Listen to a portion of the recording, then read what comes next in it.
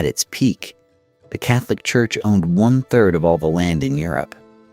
It ran the only continent-wide legal system in existence, collected taxes from kings, and held the power to excommunicate any ruler who defied it, effectively stripping them of their throne.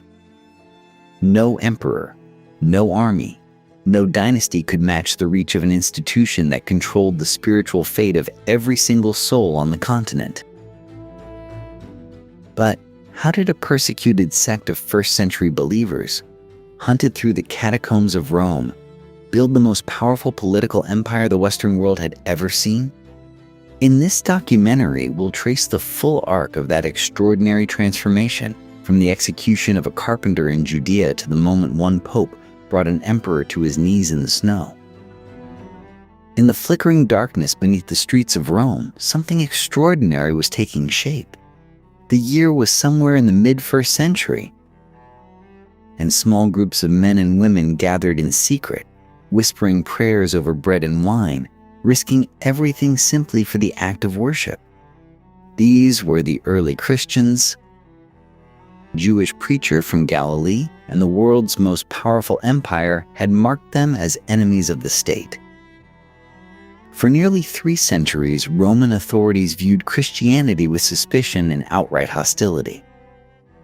The faith refused to honor the traditional Roman gods, and in a world where religious observance and civic loyalty were inseparable, that refusal was nothing less than treason.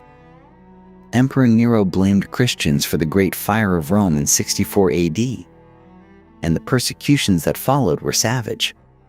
Christians were burned alive, fed to lions in the Colosseum, and crucified along the Appian Way as a warning to others.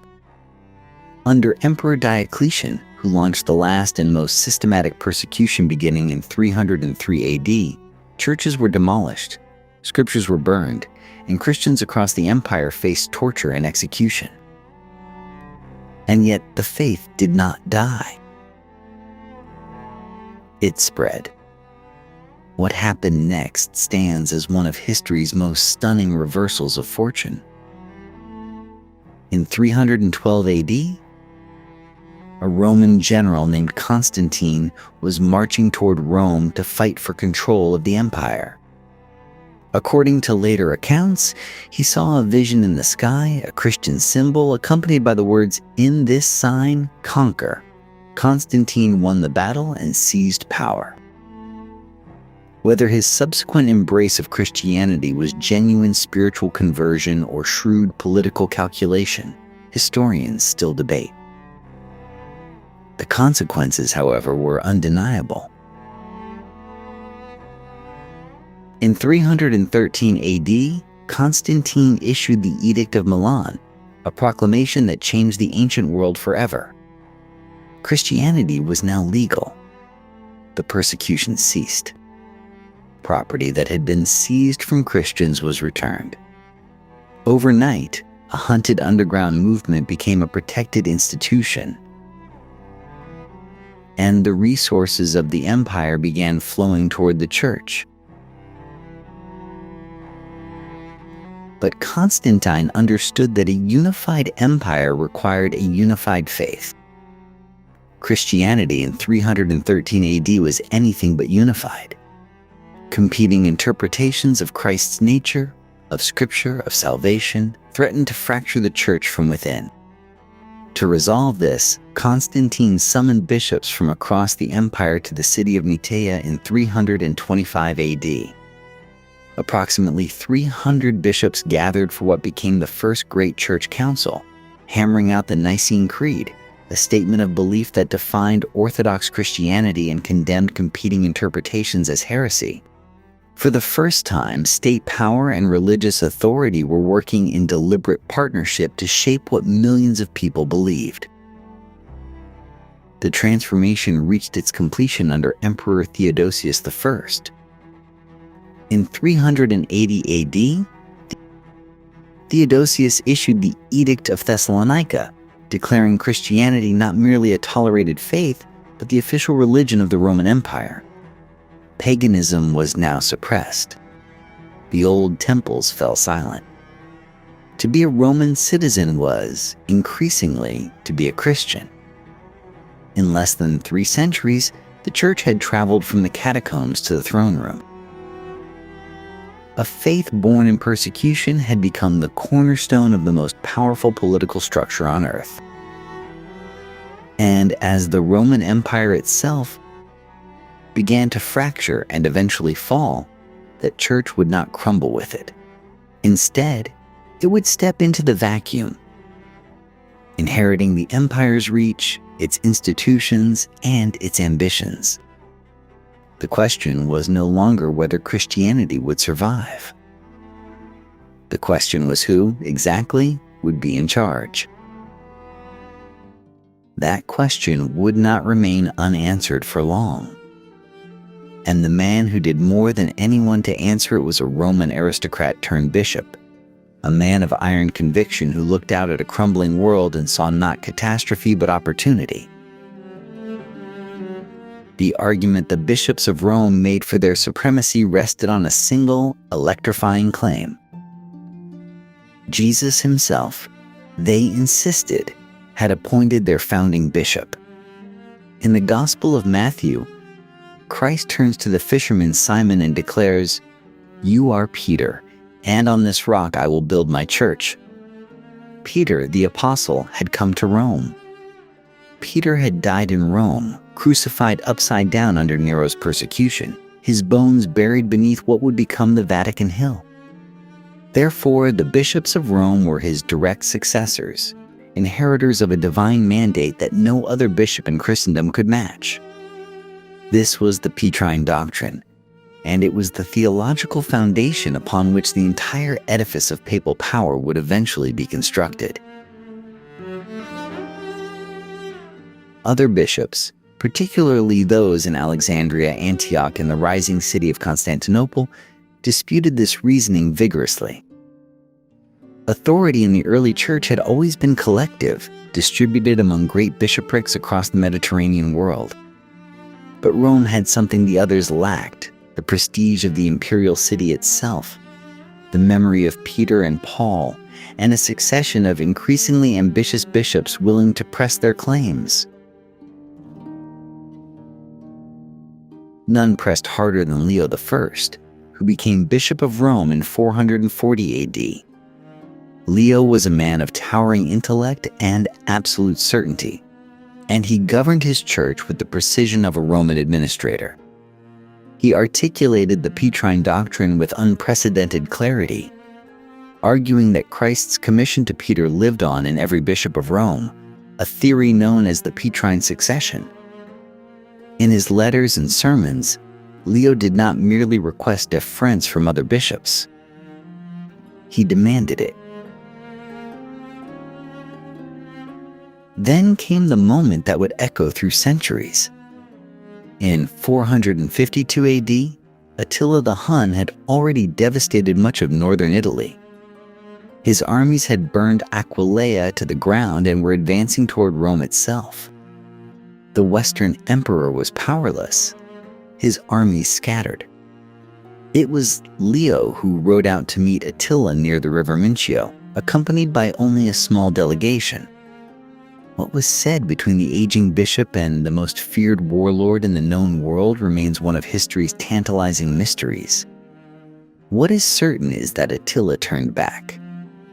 Rome was spared. The political establishment had failed completely. The church had succeeded where emperors could not. 24 years later, in 476 AD, the last Western Roman emperor, a young man bearing the grand name Romulus Augustulus, was quietly deposed by a Germanic chieftain named Odoacer. There was no dramatic last stand, no final battle for the eternal city. The Western Empire simply ceased to exist. Centuries of Roman political authority collapsed, leaving behind a patchwork of competing Germanic kingdoms, broken roads, and terrified populations with nowhere to turn. Except to the church. The bishops of Rome now stood as the most recognizable institution of continuity in a shattered world. They held the libraries, the administrative traditions, the legal frameworks, and the moral authority that ordinary people desperately needed. Meanwhile, far to the east, the emperors of Constantinople watched Rome's growing spiritual ambitions with deep unease. A rivalry was forming between the Bishop of Rome and the Patriarch of Constantinople, between Latin West and Greek East, a fracture that would deepen for centuries. The Western Empire was gone. But in the rubble, something new was already taking root. The rubble of Rome's Western Empire had barely settled when a new kind of leader emerged from its dust. Not a general, not an emperor, but a monk. Gregory was born around 540 AD into one of Rome's last great senatorial families. He could have chosen the comfortable path of imperial administration, and for a time he did, serving as prefect of Rome in his early 30s. But the world he governed was a city of ghosts. The marble forum stood largely empty. The aqueducts ran fitfully. A population that had once swelled to over 1 million had shrunk to perhaps 30,000 souls huddled among monuments too large for them to comprehend. Gregory looked at all of this and walked away from it. He sold his family estates, founded 7 monasteries, and became a monk. Fate, however, had other plans. In 590 AD, Rome was being strangled from 2 directions simultaneously.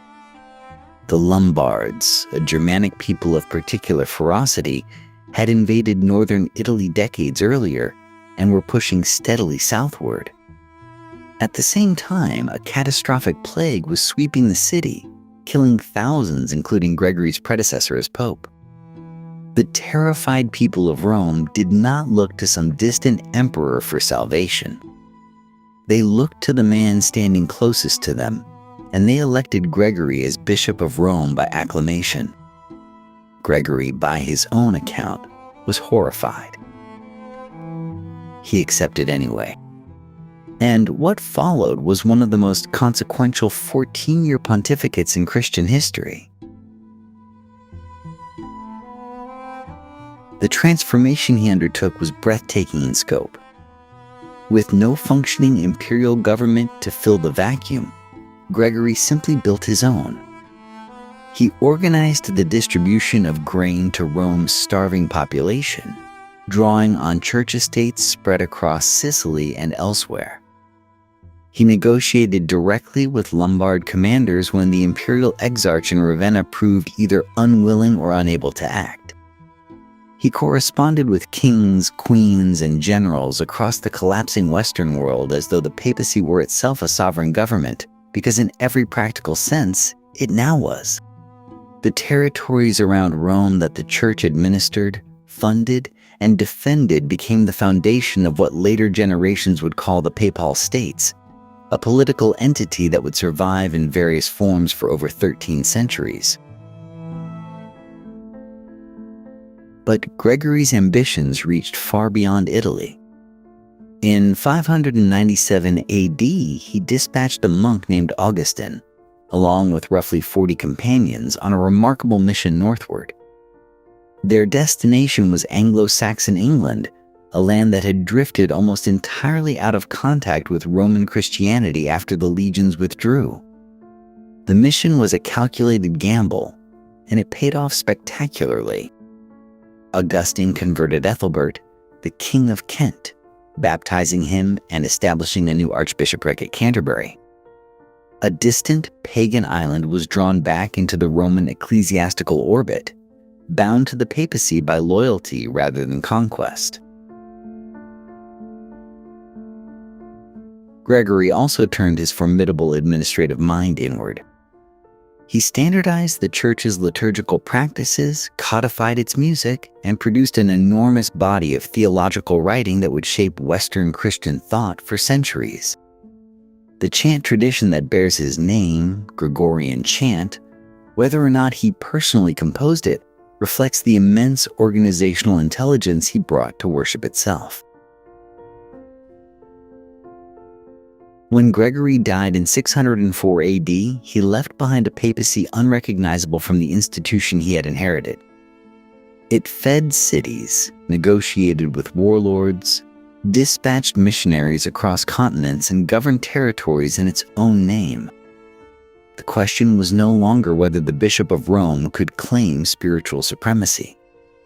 The question, increasingly urgent, was how far his temporal authority should extend, and who exactly had the power to define those limits. What does it take to convert a continent? Not armies alone. Not edicts or proclamations. It takes men willing to walk into dark forests and stay there. In 529 AD, a Roman nobleman named Benedict established a small community of monks on a rocky hill south of Rome called Monte Cassino. The rule he wrote for that community, spare and practical, dividing the monks' day between prayer, reading, and manual labor, would become the operating manual for Western monasticism. The rule of Saint Benedict spread with remarkable speed. Within 2 centuries, Benedictine monasteries had multiplied across Italy, Gaul, and beyond, each one a self-contained world of literacy, agriculture, and disciplined routine in the middle of an otherwise chaotic landscape. These were not merely places of prayer. They were engines of civilization. Monks cleared forests, drained marshes, and turned wastelands into productive farmland. They copied manuscripts, preserving Virgil and Augustine alike in neat scriptoria while the libraries of Rome crumbled. A peasant living near a monastery had access to something almost incomprehensible in the post-Roman world, a stable institution with surplus grain, medical knowledge, and men who could read. The monastery's influence over the surrounding countryside was therefore not imposed. It was, in many ways, earned. Yet the most dramatic expansion of Christianity during this period came not from Italy, but from the edges of the known world. Irish monks, working from island monasteries like Iona, off the Scottish coast, carried a fervent and distinctly Celtic Christianity back into Europe. Figures like Columban crossed into Frankish territory and Germanic lands, founding monasteries at Luxeuil and Bobbio, confronting local kings with a directness that was sometimes admired and sometimes earned them exile. These were not diplomats. They were zealots with ink-stained fingers and no fear of powerful men. Anglo-Saxon missionaries followed. Boniface, an Englishman who devoted his life to the Germanic peoples, became the Apostle of Germany.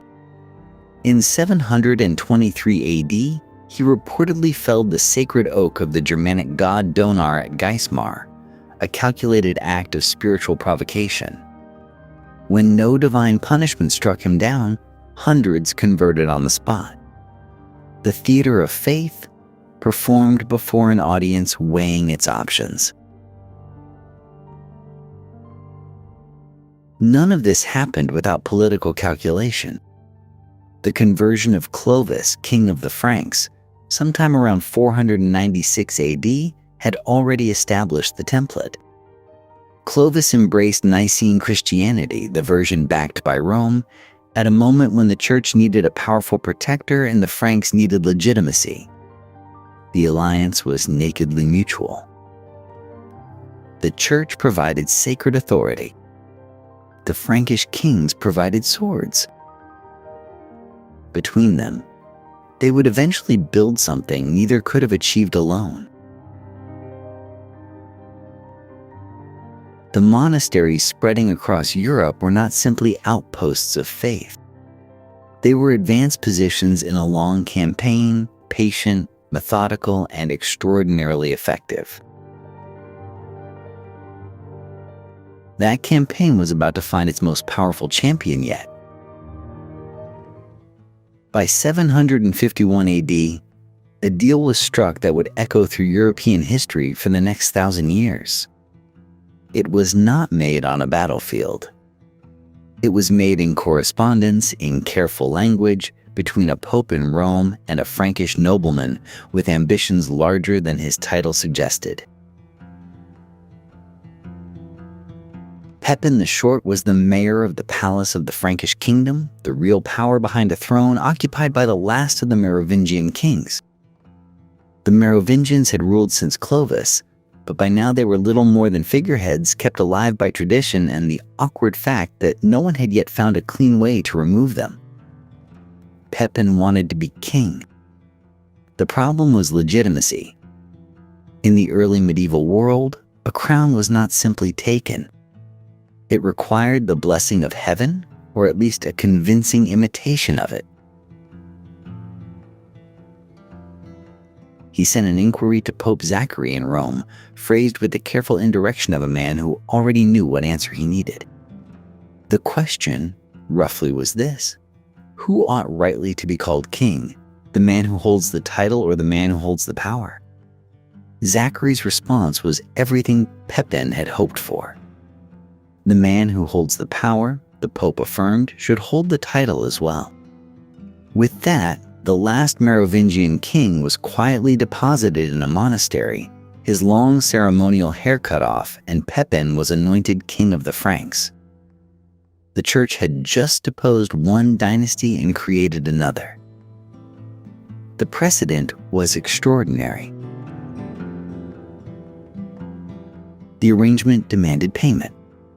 When the Lombards threatened Rome in 754 AD, Pepin led Frankish armies south across the Alps twice, pushing the Lombards back and handing the conquered territories not to the Byzantine emperor, who considered them his by right, but to the Pope. This gift, known as the donation of Pepin, transformed the papacy from a spiritual institution with local influence into a territorial power with land, revenue, and the political leverage that comes with both. The papal states were born. To justify holding those territories against future challenges, the papacy produced one of the most audacious forgeries in history. The donation of Constantine was a document purporting to be a grant from the Emperor Constantine the Great, given in the 4th century, transferring authority over Rome and the entire Western Empire to the Bishop of Rome. Modern scholars would eventually expose it as a fabrication, almost certainly created in the papal court during the 8th century. But for hundreds of years, it served its purpose, a piece of paper that made the Pope's territorial ambitions look like ancient imperial inheritance.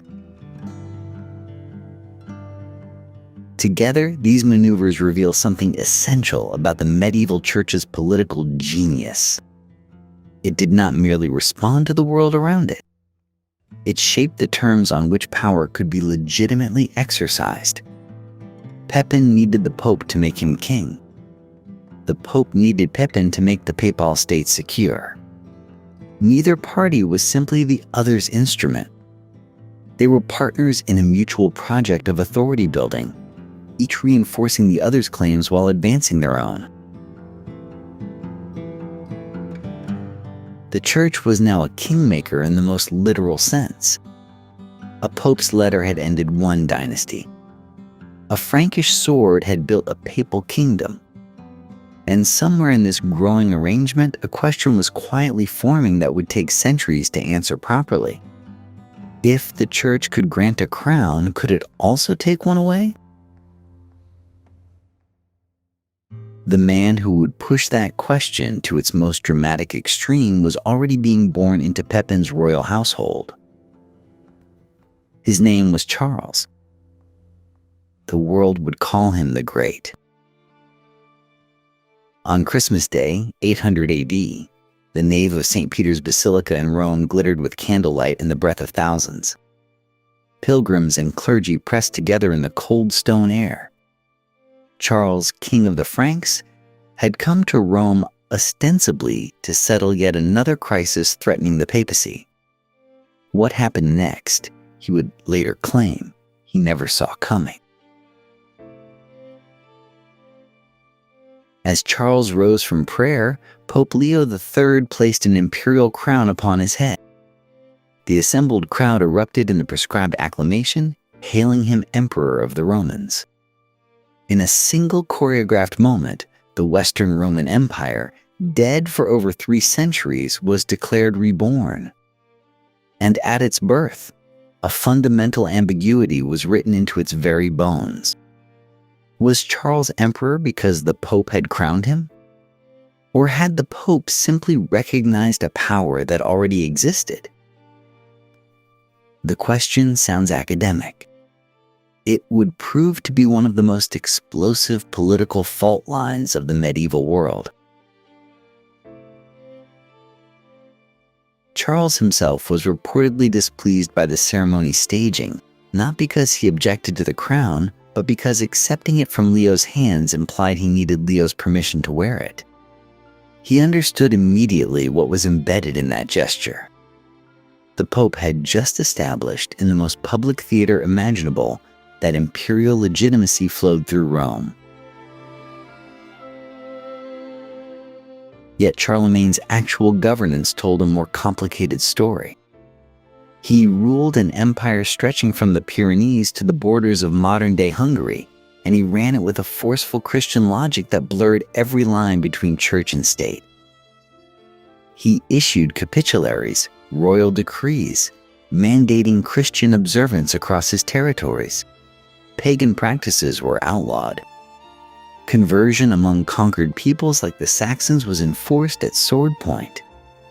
Refusing baptism in some territories was made a capital offense.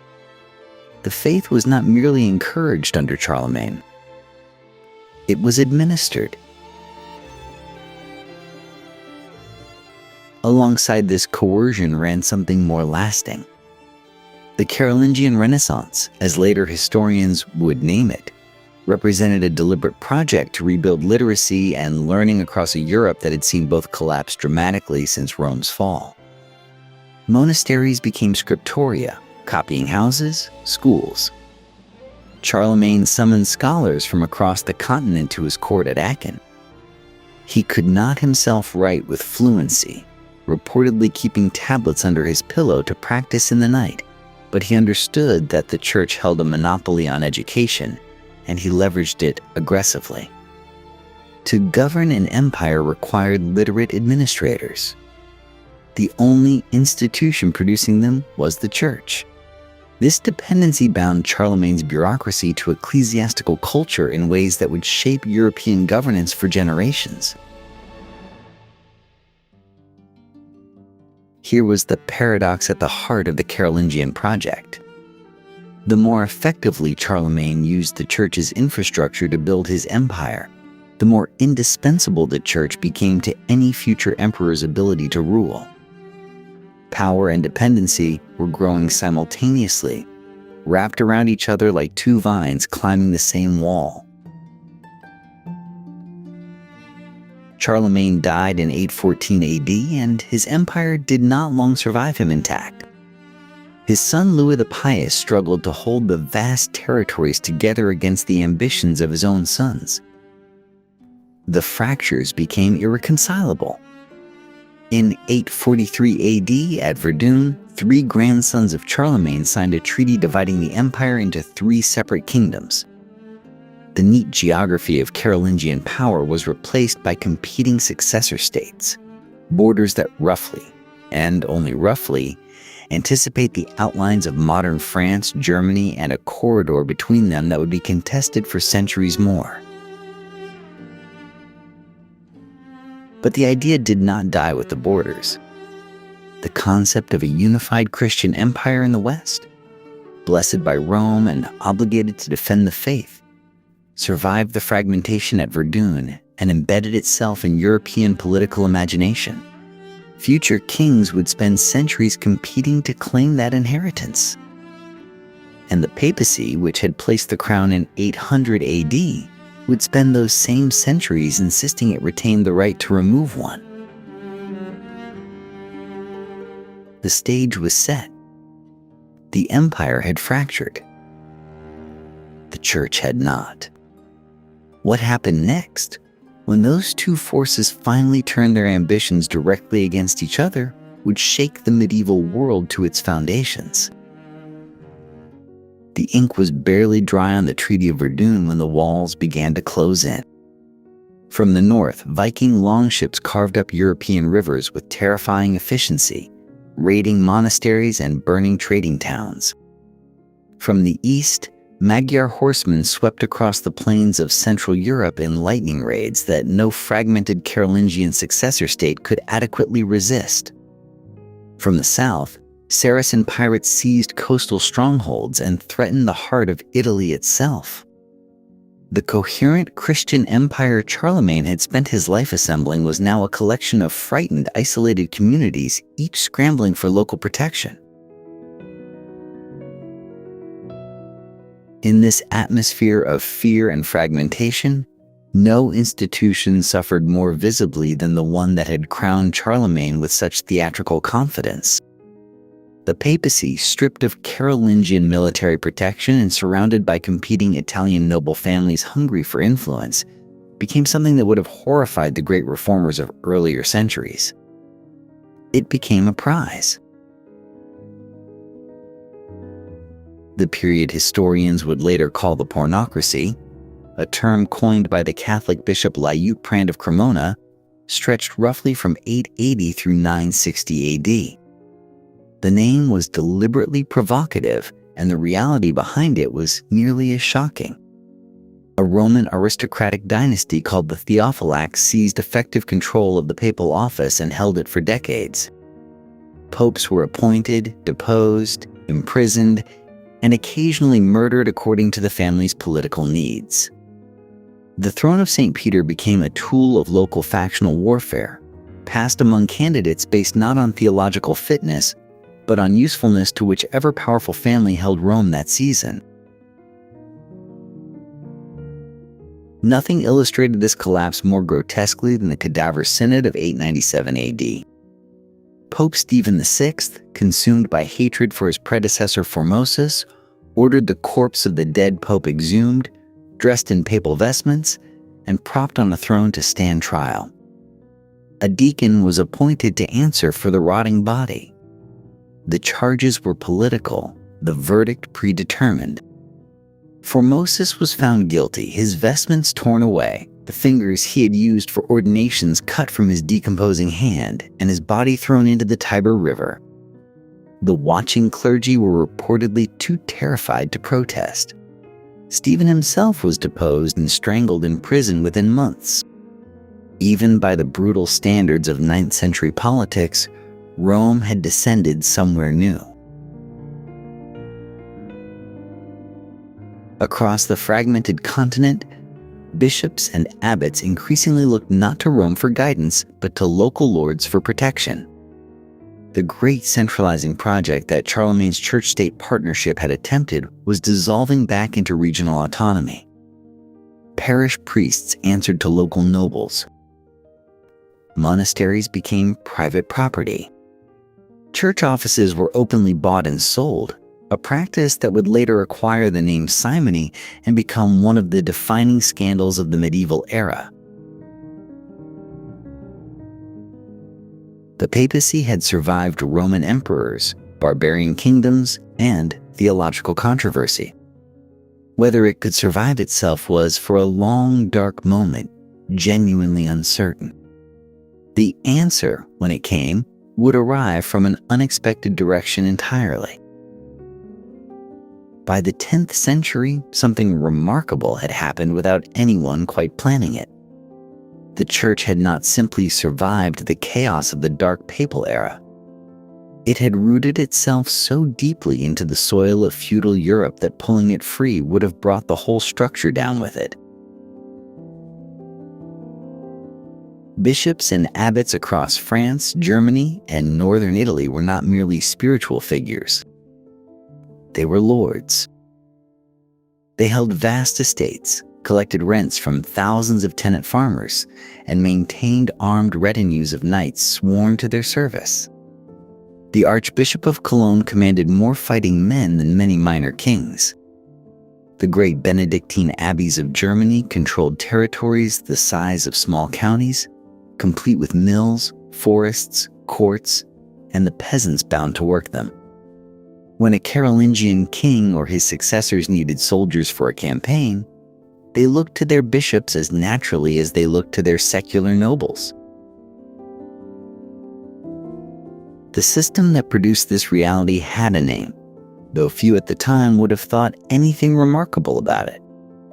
The proprietary church system allowed any lord who built and funded a church on his lands to treat that church essentially as his property. He appointed the priest, collected a portion of the revenues, and expected loyalty in return. This logic scaled upward without friction.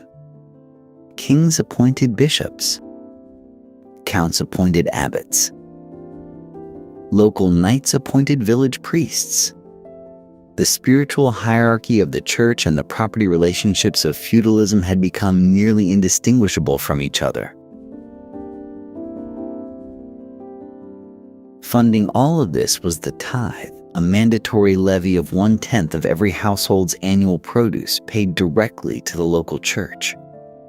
For most European peasants in the year 1000, the tithe was simply a fact of existence, as unavoidable as winter. The grain went into the church's barn. A portion stayed locally. A portion flowed upward. The church had quietly constructed the most comprehensive taxation network in medieval Europe, reaching into every village and farmstead from Ireland to the Elbe. Into this system crept a practice so routine that contemporaries barely remarked on it. Simony, named after Simon Magus, who tried to purchase the gifts of the Holy Spirit in the Acts of the Apostles, meant simply the buying and selling of church offices. A wealthy family wanting a son placed comfortably as an abbot paid accordingly. A bishop's appointment carried a price understood by all parties. The transaction was often barely concealed. The church was rich, its offices conferred land and power, and the men controlling appointments saw no reason not to profit from that fact. The spiritual was thoroughly tangled with the material, and no one in 950 seemed particularly troubled by the arrangement. But somewhere in the monasteries of Burgundy, a different vision was taking shape. A community of monks at a place called Cluny had begun asking an uncomfortable question. What if the church belonged not to feudal lords and ambitious families, but to God alone? In the year 910, a Burgundian duke named William the Pious made an extraordinary decision.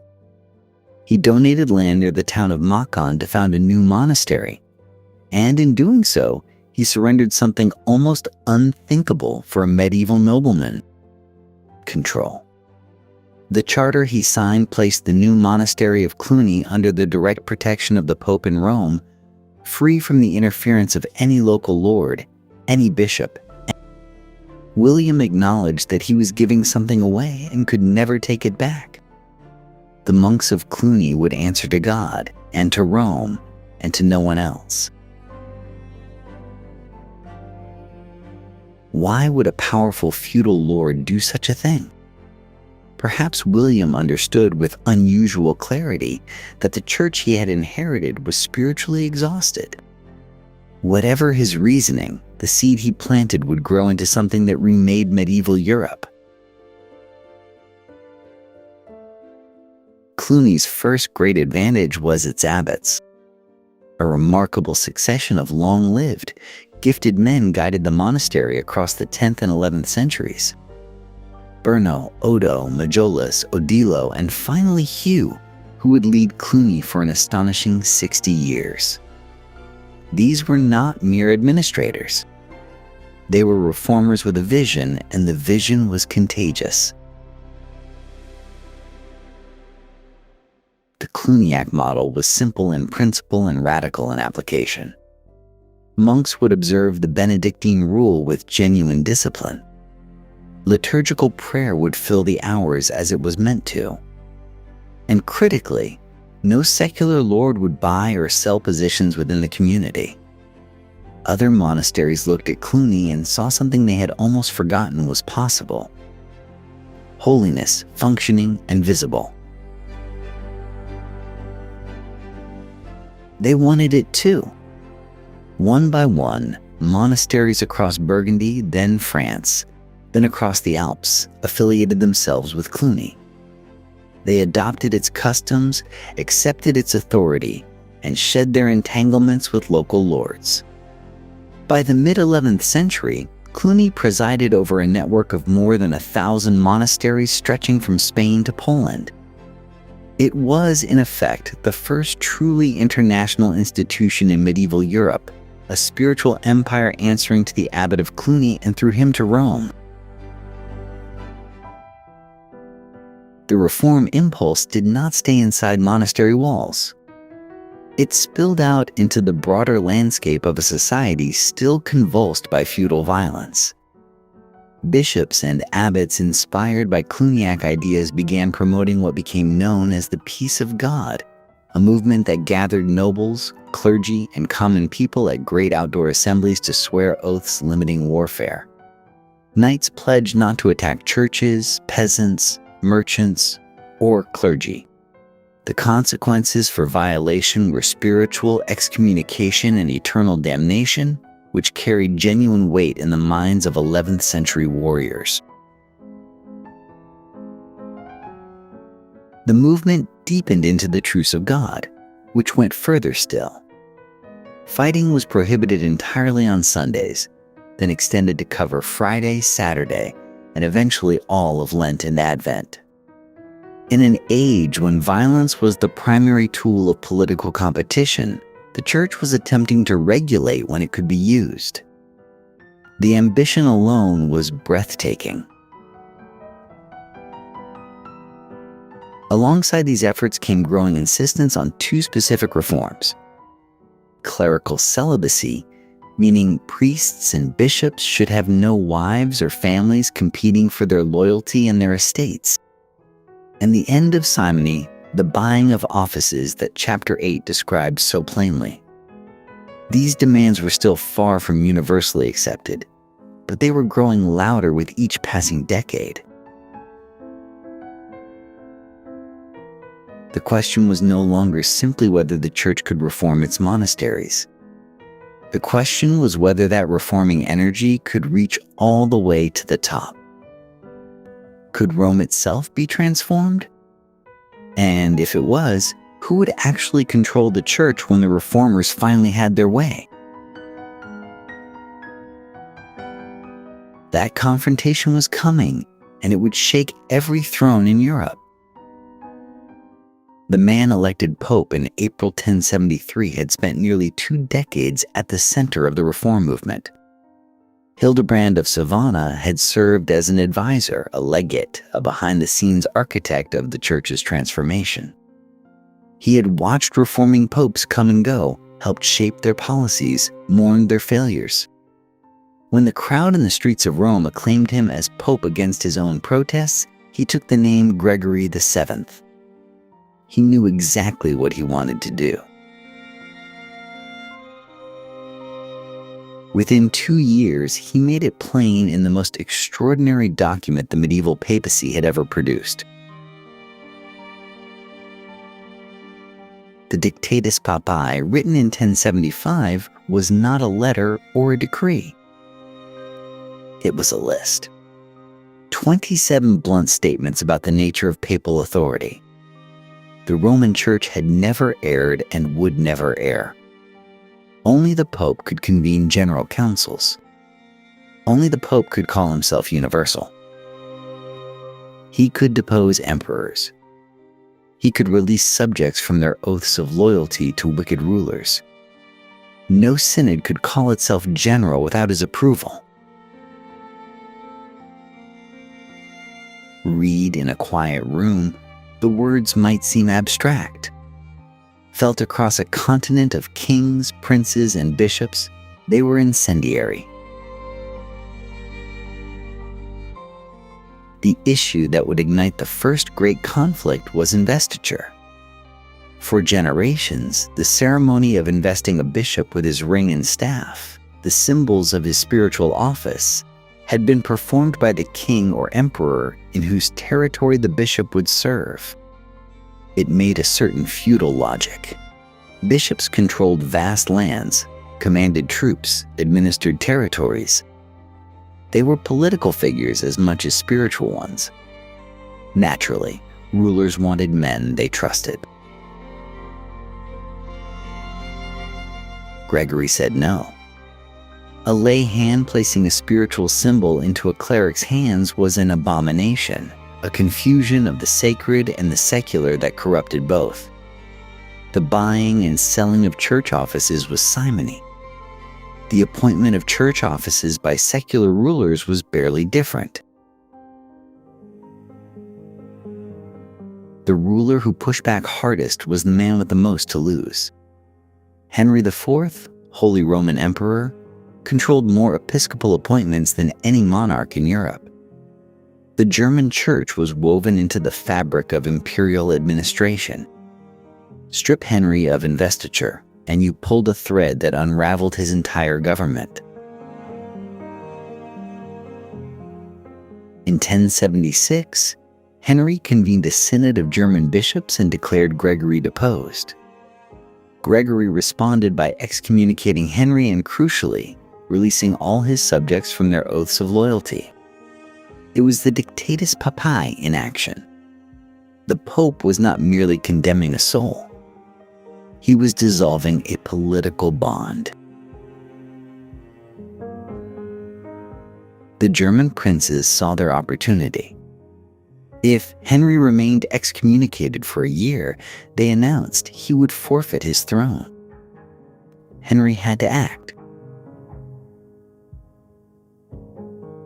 What followed became one of the most vivid scenes in all of medieval history.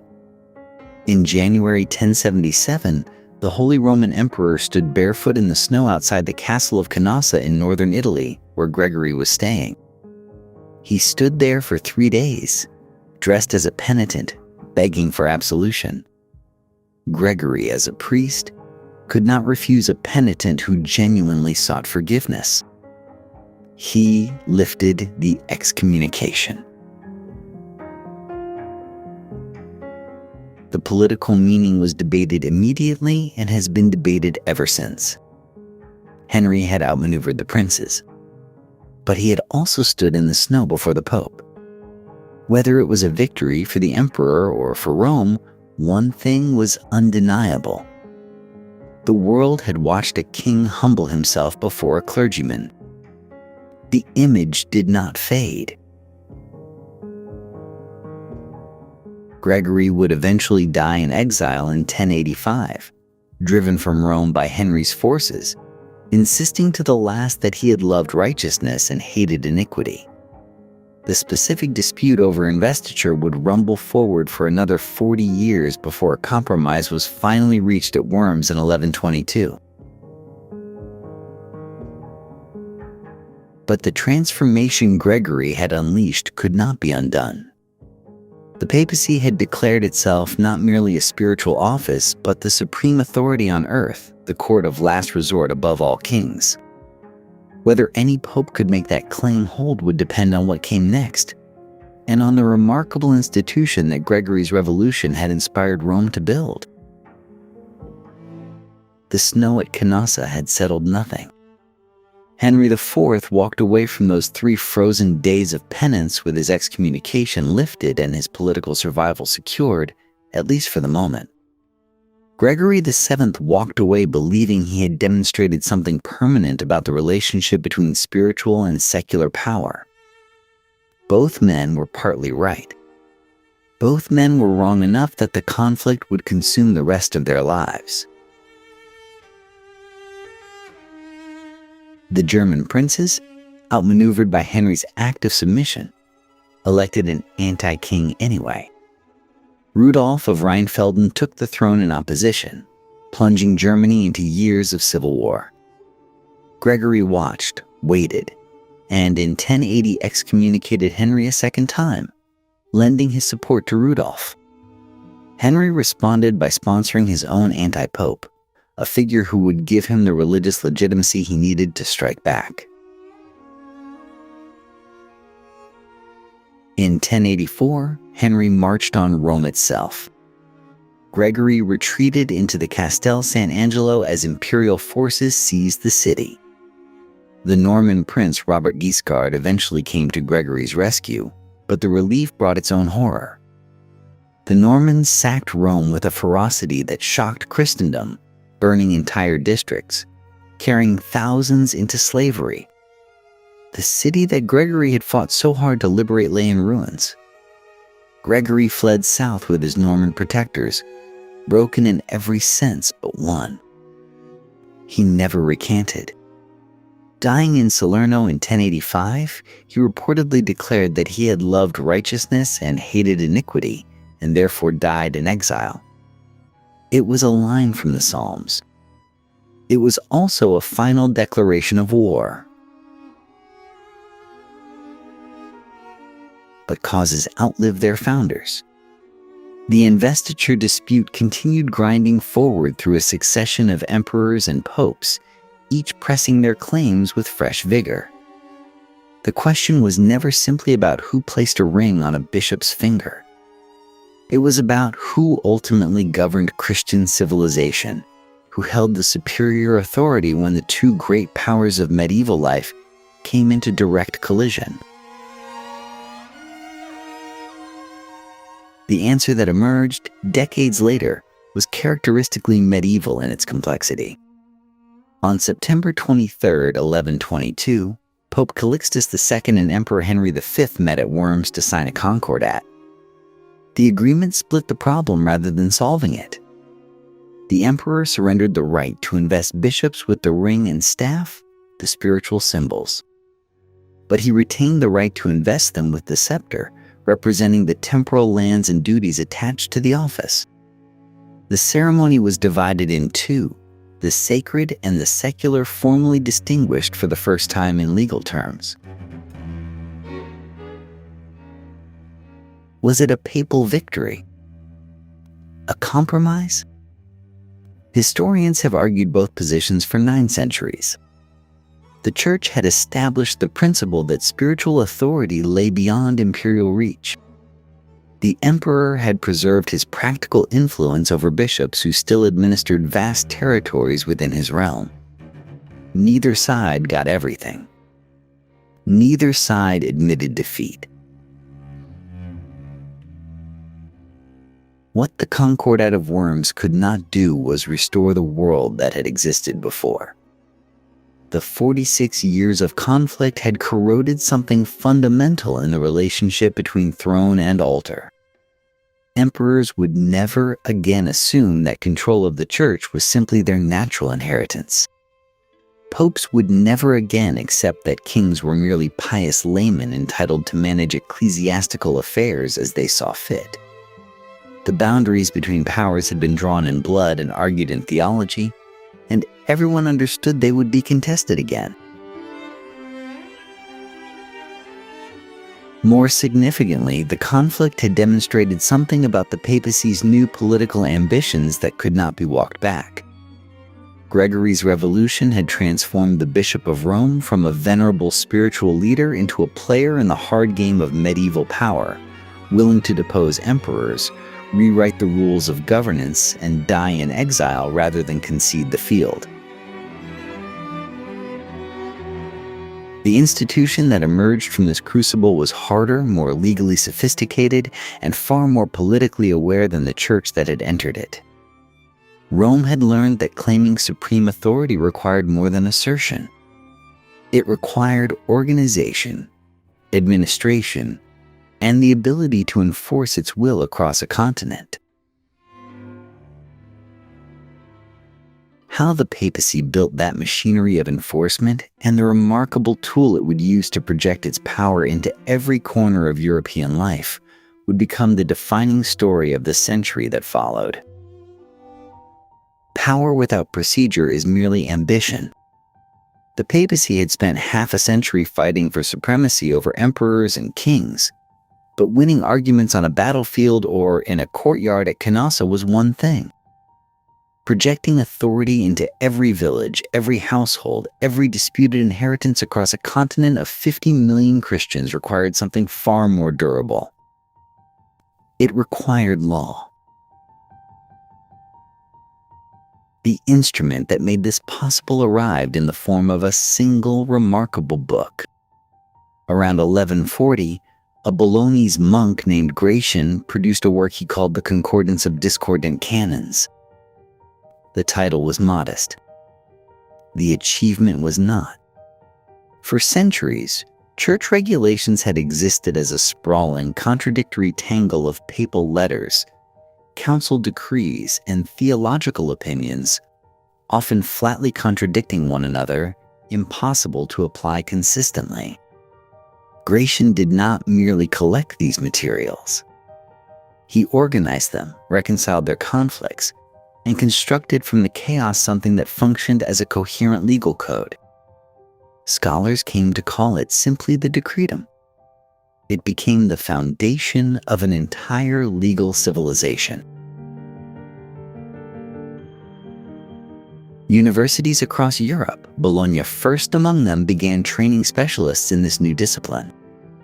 Canon lawyers mastered the Decretum, annotated it, disputed its interpretations, and fanned out across the continent as judges, advocates, and administrators. A profession had been born. And wherever canon lawyers traveled, church courts followed. What could those courts claim?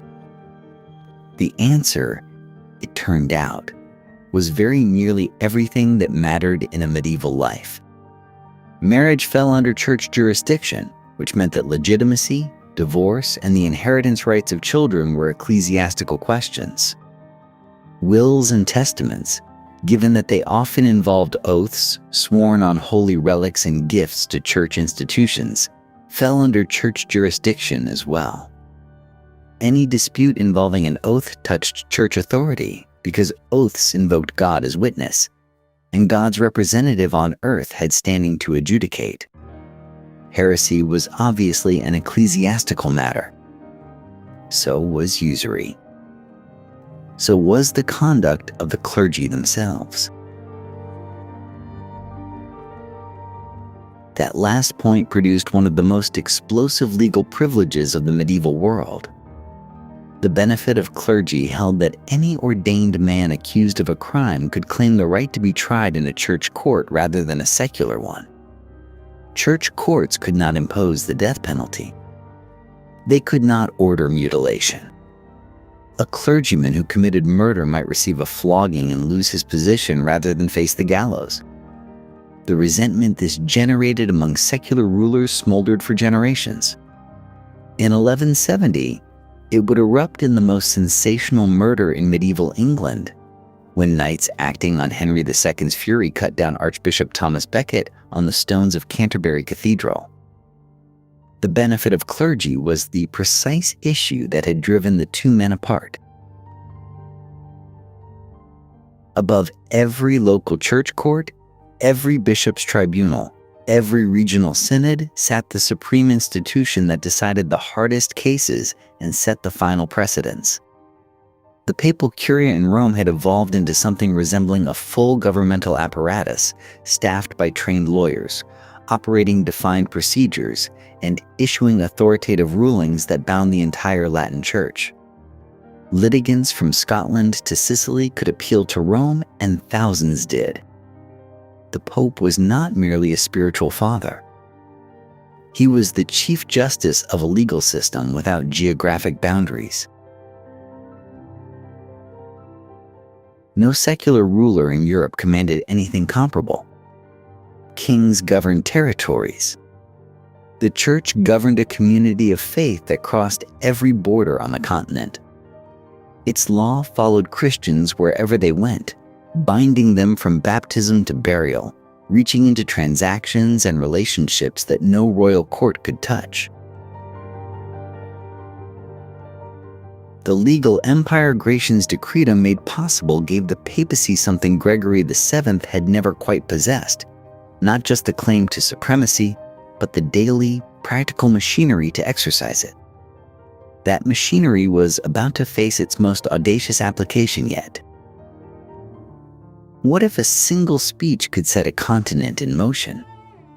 On a cold November day in 1095, in a field outside the French town of Clermont, Pope Urban II climbed onto a raised platform and addressed a crowd of bishops, knights, and common people who had gathered from across France. What he said that day would reshape the world. The appeal was straightforward and electrifying. Byzantine Emperor Alexios I had sent desperate letters to Rome, describing Turkish armies advancing through Christian lands, overwhelming ancient cities where the faith had flourished since the apostles. Jerusalem itself, the holiest city in Christendom, lay under Muslim control. Urban did not merely ask for help. He commanded it. He promised that all who died on the journey fighting for Christ would receive remission of their sins. God, he reportedly told the crowd, wills it. The crowd roared back those three words like thunder. The response defied anything Urban could have anticipated. Within months, perhaps 100,000 people had taken up the cross, sewing fabric crosses onto their tunics as a visible sign of their vow. They came from France, from Normandy, from the Italian states, from Flanders, and the German lands. Nobles sold estates to finance the journey. Younger sons who had inherited nothing saw a chance for land, glory, and salvation in a single campaign. Peasants abandoned their fields.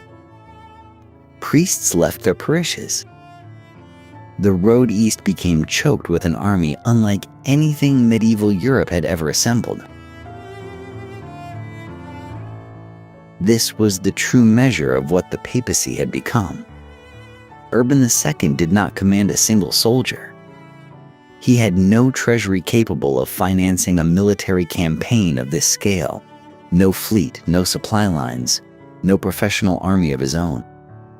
What he possessed was moral authority so total that it could substitute for all of those things. Kings and dukes who would have laughed at a request from another monarch found themselves unable to refuse the vicar of Christ. The crusade was, in its essence, a demonstration of what the legal and spiritual empire described in canon law actually meant in practice. The march itself was catastrophic in human terms. Starvation, disease, and brutal fighting killed tens of thousands before the survivors even reached the walls of Jerusalem.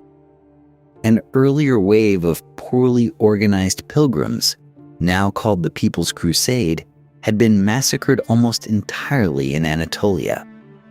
Those who persevered reached Jerusalem in June of 1099 after 3 years of grinding, violent travel through landscapes utterly foreign to them. The city fell on July 15th, 1099. What followed was a slaughter that shocked even contemporaries accustomed to medieval warfare. Within a day, the Crusaders had established a Latin kingdom of Jerusalem, the first of what would become 4 Crusader states planted in the heart of the Islamic world, governed by European nobles who answered, ultimately, to Rome.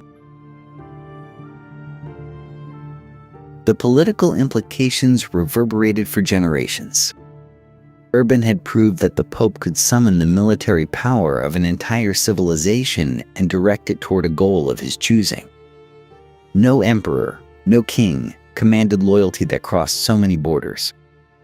The crusade was not simply a military expedition. It was a demonstration of sovereignty, exercised not through taxation or conscription, but through something far more intimate: the promise of God's forgiveness. Yet, even in triumph, complications were taking root.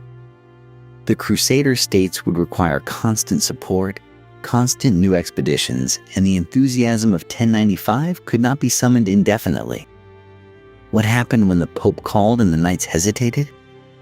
That question would eventually force the Church into its most controversial weapon yet. The fall of Jerusalem had proved the Pope could move armies. But what happened when those armies failed? Second Crusade, launched in 1147 by Pope Eugenius III, ended in humiliation. Bernard of Clairvaux, the most electrifying preacher of the age, had thundered across France and Germany, gathering another vast host. Yet the campaign collapsed outside Damascus within days of beginning its siege, the Crusader lords unable to agree on strategy, the Muslim defenders impossibly well organized. The knights returned home empty-handed. The faithful began asking questions that church officials found uncomfortable. Those questions grew louder after 1187, when the brilliant Kurdish general Saladin retook Jerusalem, undoing nearly 90 years of Crusader control in a single campaign. The Third Crusade that followed brought Europe's greatest kings, Richard I of England, Philip II of France, Frederick Barbarossa of Germany, into the field together. Frederick drowned crossing a river in Anatolia. Philip went home early. Richard fought brilliantly along the Palestinian coast but never recaptured the Holy City, negotiating instead a truce that allowed Christian pilgrims access to Jerusalem without governing it. It was a diplomatic outcome dressed in the language of partial victory. Disillusionment crept across Christendom. But rather than abandon the crusading ideal, the papacy did something more revealing. It repurposed it. The Fourth Crusade, summoned in 1199, never reached the Holy Land at all. Diverted by Venetian creditors owed enormous sums for transport ships. The crusading army turned against Christian Constantinople in 1204, sacking the greatest city in the Christian world with a ferocity that appalled observers across Europe. The Pope condemned it. The Crusaders kept the plunder. What the episode demonstrated was that crusading machinery, once built, could move in directions no pope entirely controlled. More deliberate was the Albigensian Crusade launched in 1209. The Cathars of southern France were not Muslims or pagans. They were Christian heretics, believers in a dualist theology the Church regarded as dangerous. Pope Innocent III directed full crusading indulgences against them, the same spiritual rewards promised to fighters in the Holy Land now available to knights willing to massacre fellow Europeans. Entire towns were put to the sword. The crusade lasted 20 years and effectively destroyed the independent culture of Occitan France. Meanwhile, along the Baltic coast, the Northern Crusades transformed pagan Lithuanian and Prussian tribes into targets for German military orders wielding papal sanction. Conversion by conquest became institutional. Funding all of this required money, and the papacy discovered that crusading indulgences were remarkably effective at generating it. Believers who could not fight could purchase spiritual credit by contributing financially. The treasury of souls and the treasury of coin became increasingly difficult to distinguish. By the time Acre, the last Crusader stronghold, fell in 1291, the crusading age had revealed something its architects never intended to advertise. Holy war was policy, and policy always serves the powerful. He was 37 years old when they elected him. Young for any pope, almost shockingly so for a man who would reshape the relationship between heaven and earth. Lotario de' Conti di Segni took the name Innocent III in January of 1198, and from his first days in the papal throne, he spoke with the clarity of someone who had been rehearsing for the role his entire life. His vision was not modest. Innocent declared that the Pope stood between God and mankind, higher than man but lower than God. Kings and emperors, in his formulation, were like the moon, borrowing their legitimacy from the sun's light. And the sun, he made unmistakably clear, was Rome. This was not merely theology. Innocent intended to prove it with consequences. When King John of England clashed with Innocent over the appointment of a new Archbishop of Canterbury, the Pope reached for his most devastating weapon. In 1208, he placed the entire Kingdom of England under interdict. Churches fell silent. Bells stopped ringing. Marriages could not be blessed. The dying received no last rites. For the ordinary English man or woman, it must have felt as though God himself had turned away. The sacraments that structured every birth, marriage, and death simply ceased. John held out for 6 years, but the spiritual and political pressure proved unbearable. In 1213, he surrendered, accepting Innocent's candidate, paying tribute, and formally rendering England as a papal fief. The most powerful king in Northern Europe had knelt. Innocent exercised similar leverage across the continent. He annulled marriages of kings. He excommunicated the Holy Roman Emperor Otto IV, and threw his support behind the young Frederick II, reshaping the imperial succession to suit Rome's strategic needs. No corner of European political life seemed beyond his reach. But it was in the Great Hall of the Lateran Palace in Rome in November of 1215 that Innocent achieved something even more remarkable than deposing monarchs. He called a council. The Fourth Lateran Council assembled roughly 1,200 bishops, abbots, and church officials, the largest such gathering Christendom had ever seen. Over 3 sessions, it legislated for every Christian soul in Europe with breathtaking ambition. It defined the doctrine of transubstantiation, declaring officially that the bread and wine of the Eucharist became the actual body and blood of Christ. It imposed annual confession and communion on all adult Christians, a requirement that reached directly into the private conscience of every believer on the continent. Consider what that meant in practice. Every Christian, once a year, was required to sit before a priest, confess their sins, and receive absolution. The church was not merely governing kingdoms from the outside. It was governing the interior life of hundreds of millions of people, one whispered confession at a time. The priest became an instrument of social knowledge, a repository of secrets, a figure of intimate authority that no king could replicate. The council also mandated that Jews and Muslims in Christian territories wear distinguishing clothing, a chilling measure that would echo forward through centuries of persecution. It regulated clerical behavior, restricted new religious orders, and set procedures for heresy trials. 1215 was, in many ways, the moment the medieval church became a total institution, touching everything.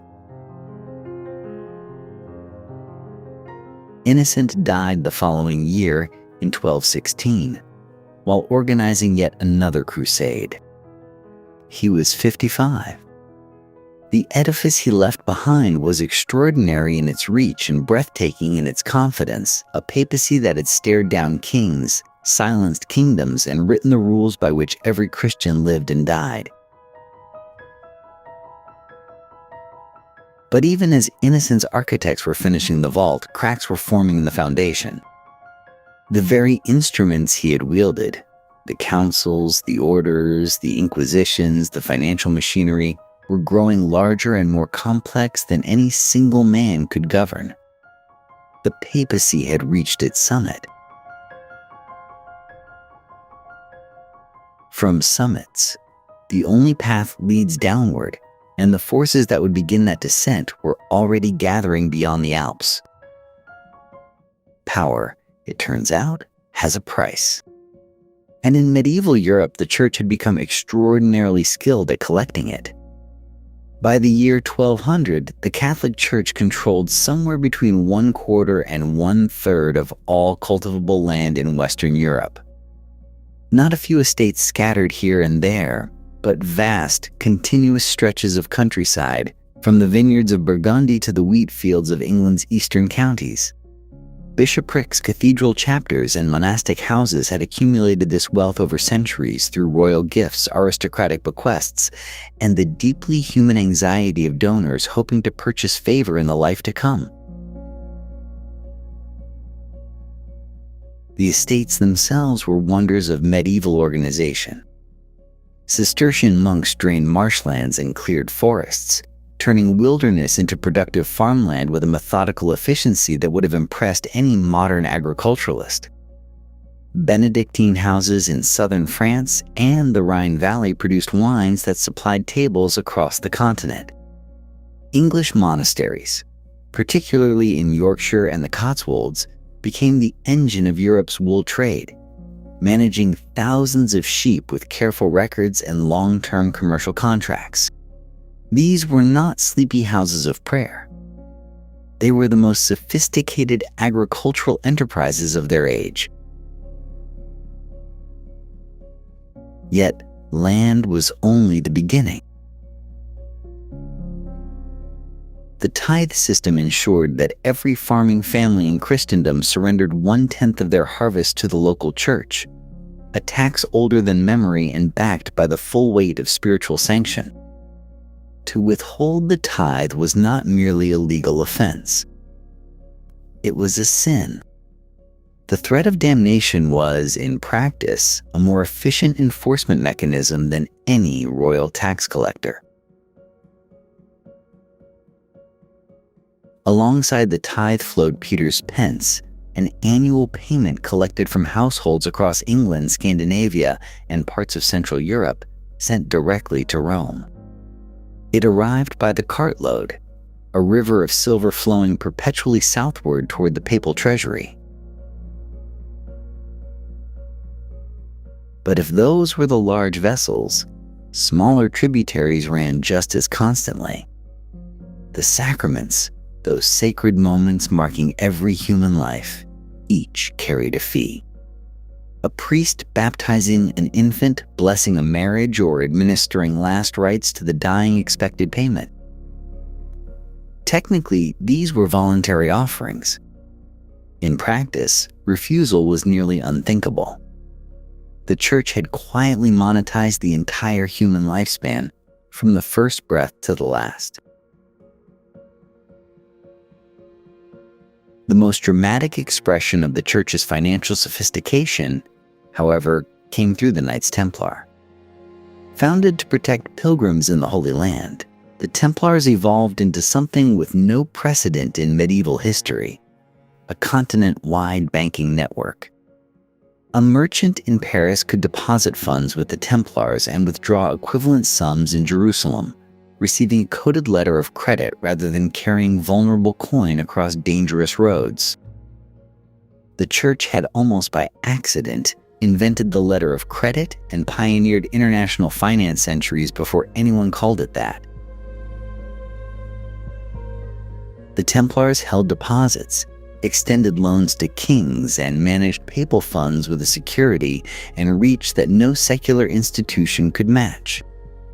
When Crusader states needed financing and monarchs needed credit, they turned to men who wore crosses on their cloaks and kept meticulous ledgers. By the late 13th century, the church was not simply a spiritual institution with some financial interests. It was a financial empire with spiritual authority, and the two reinforced each other in ways that made the entire structure almost impossible to challenge.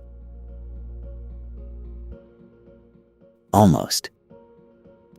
Because wealth on this scale inevitably attracted attention, resentment, and eventually something far more dangerous: ambition, from rulers who wanted what Rome had built, and from voices within the church itself who began asking uncomfortable questions about whether any of this resembled what Christ had preached in Galilee. Money built the empire, but stone announced it. Walk into Chartres Cathedral today and something happens to you before you can name it. The nave soars 37 meters above the floor. Light fractures through 176 stained glass windows, painting the stone floor in colors that seem to have no earthly origin. The effect is not accidental. It is theology made architectural, a calculated assault on the human senses designed to make the divine feel not merely believable but inescapable. The Gothic building boom that swept Europe between roughly 1100 and 1300 was the Church's most visible declaration of power. Notre Dame de Paris rose over the course of nearly 2 centuries, its foundations laid in 1163. Cologne Cathedral broke ground in 1248. These were not local projects. They were continental statements, funded by bishops, guilds, and an entire civilization's surplus labor, each one reaching higher than the last as cities competed for the most magnificent house of God. The message to any traveler approaching a medieval town was unmistakable. Whatever else existed here, the church was largest. But the church was building something less visible and ultimately more consequential at the same time. The University of Bologna, recognized as the oldest in the Western world, emerged in 1088 under church influence, initially focused on canon and Roman law.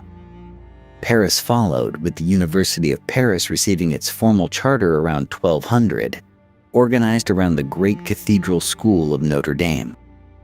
Oxford coalesced into a recognizable institution across the 12th century, again under clerical patronage. The pattern was consistent everywhere. The church created the institution, staffed it with clerics, and determined what questions were worth asking. This gave Rome something even more durable than land or gold. It gave Rome the mind of Europe. The intellectual movement that emerged from these institutions was called scholasticism, and its supreme achievement arrived in the work of Thomas Aquinas. Born in 1225, the Dominican friar spent his career attempting something audacious, proving that faith and reason were not enemies but partners.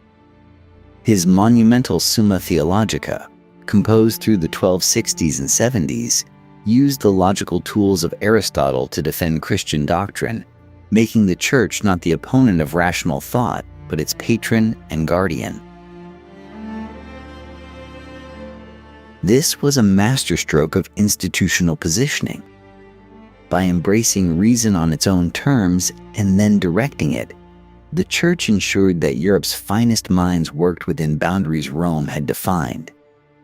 The university system, for all its genuine intellectual vitality, remained a church project with church purposes. Outside those walls, literacy itself was nearly a clerical monopoly. Monks copied manuscripts, bishops kept royal records, and priests administered the documentary machinery of medieval governance. Kings needed clergymen to write their letters. Courts needed them to read their laws. The church did not merely shape what Europeans believed. It shaped how they stored, transmitted, and interrogated knowledge itself. Power over land and money was formidable, but power over thought proved the most enduring foundation of all, and it would soon face a challenge from within its own walls. Power over thought was only as durable as obedience to it. And by the late 12th century, obedience was fraying. In the villages and market towns of southern France, a remarkable thing was happening. Ordinary people, merchants and weavers among them, were rejecting the church not in whispers but openly. The Cathars, centered in the Languedoc region, taught that the material world was the creation of an evil god, that the Roman Church was corrupt beyond redemption, and that true spiritual life required none of Rome's sacraments, priests, or tithes. Their preachers, called the perfect, traveled on foot, owned nothing, and ate no meat. To peasants watching bishops arrive on horseback with armed escorts, the contrast was devastating. The Waldensians, founded by a Lyon merchant named Peter Waldo around 1173, struck a different but equally dangerous chord. Waldo gave away his fortune, translated scripture into the vernacular, and began preaching poverty as a spiritual virtue. He was not initially hostile to Rome. Rome, however, was hostile to him. Unlicensed preaching by laypeople threatened the entire clerical monopoly on religious authority. By 1184, Pope Lucius III formally condemned both movements at the Council of Verona, marking them as heresy. Words on parchment, however, proved insufficient. In 1209, Pope Innocent III launched the Albigensian Crusade, directing northern French knights against the Cathar south. The campaign was savage. At the town of Béziers, when crusaders asked how to distinguish heretics from Catholics in the captured population, the papal legate Arnaud Amalric reportedly answered that they should kill them all and let God sort them out. Tens of thousands died. The South was broken militarily, but belief proved harder to extinguish. The answer, Rome decided, was systematic investigation. The Papal Inquisition took formal shape in the 1230s under Pope Gregory the Great, who assigned the task primarily to the Dominican friars. The choice was deliberate. The Dominicans, founded by Dominic de Guzman in 1216, were trained theologians and skilled debaters, specifically designed to argue heretics back to orthodoxy.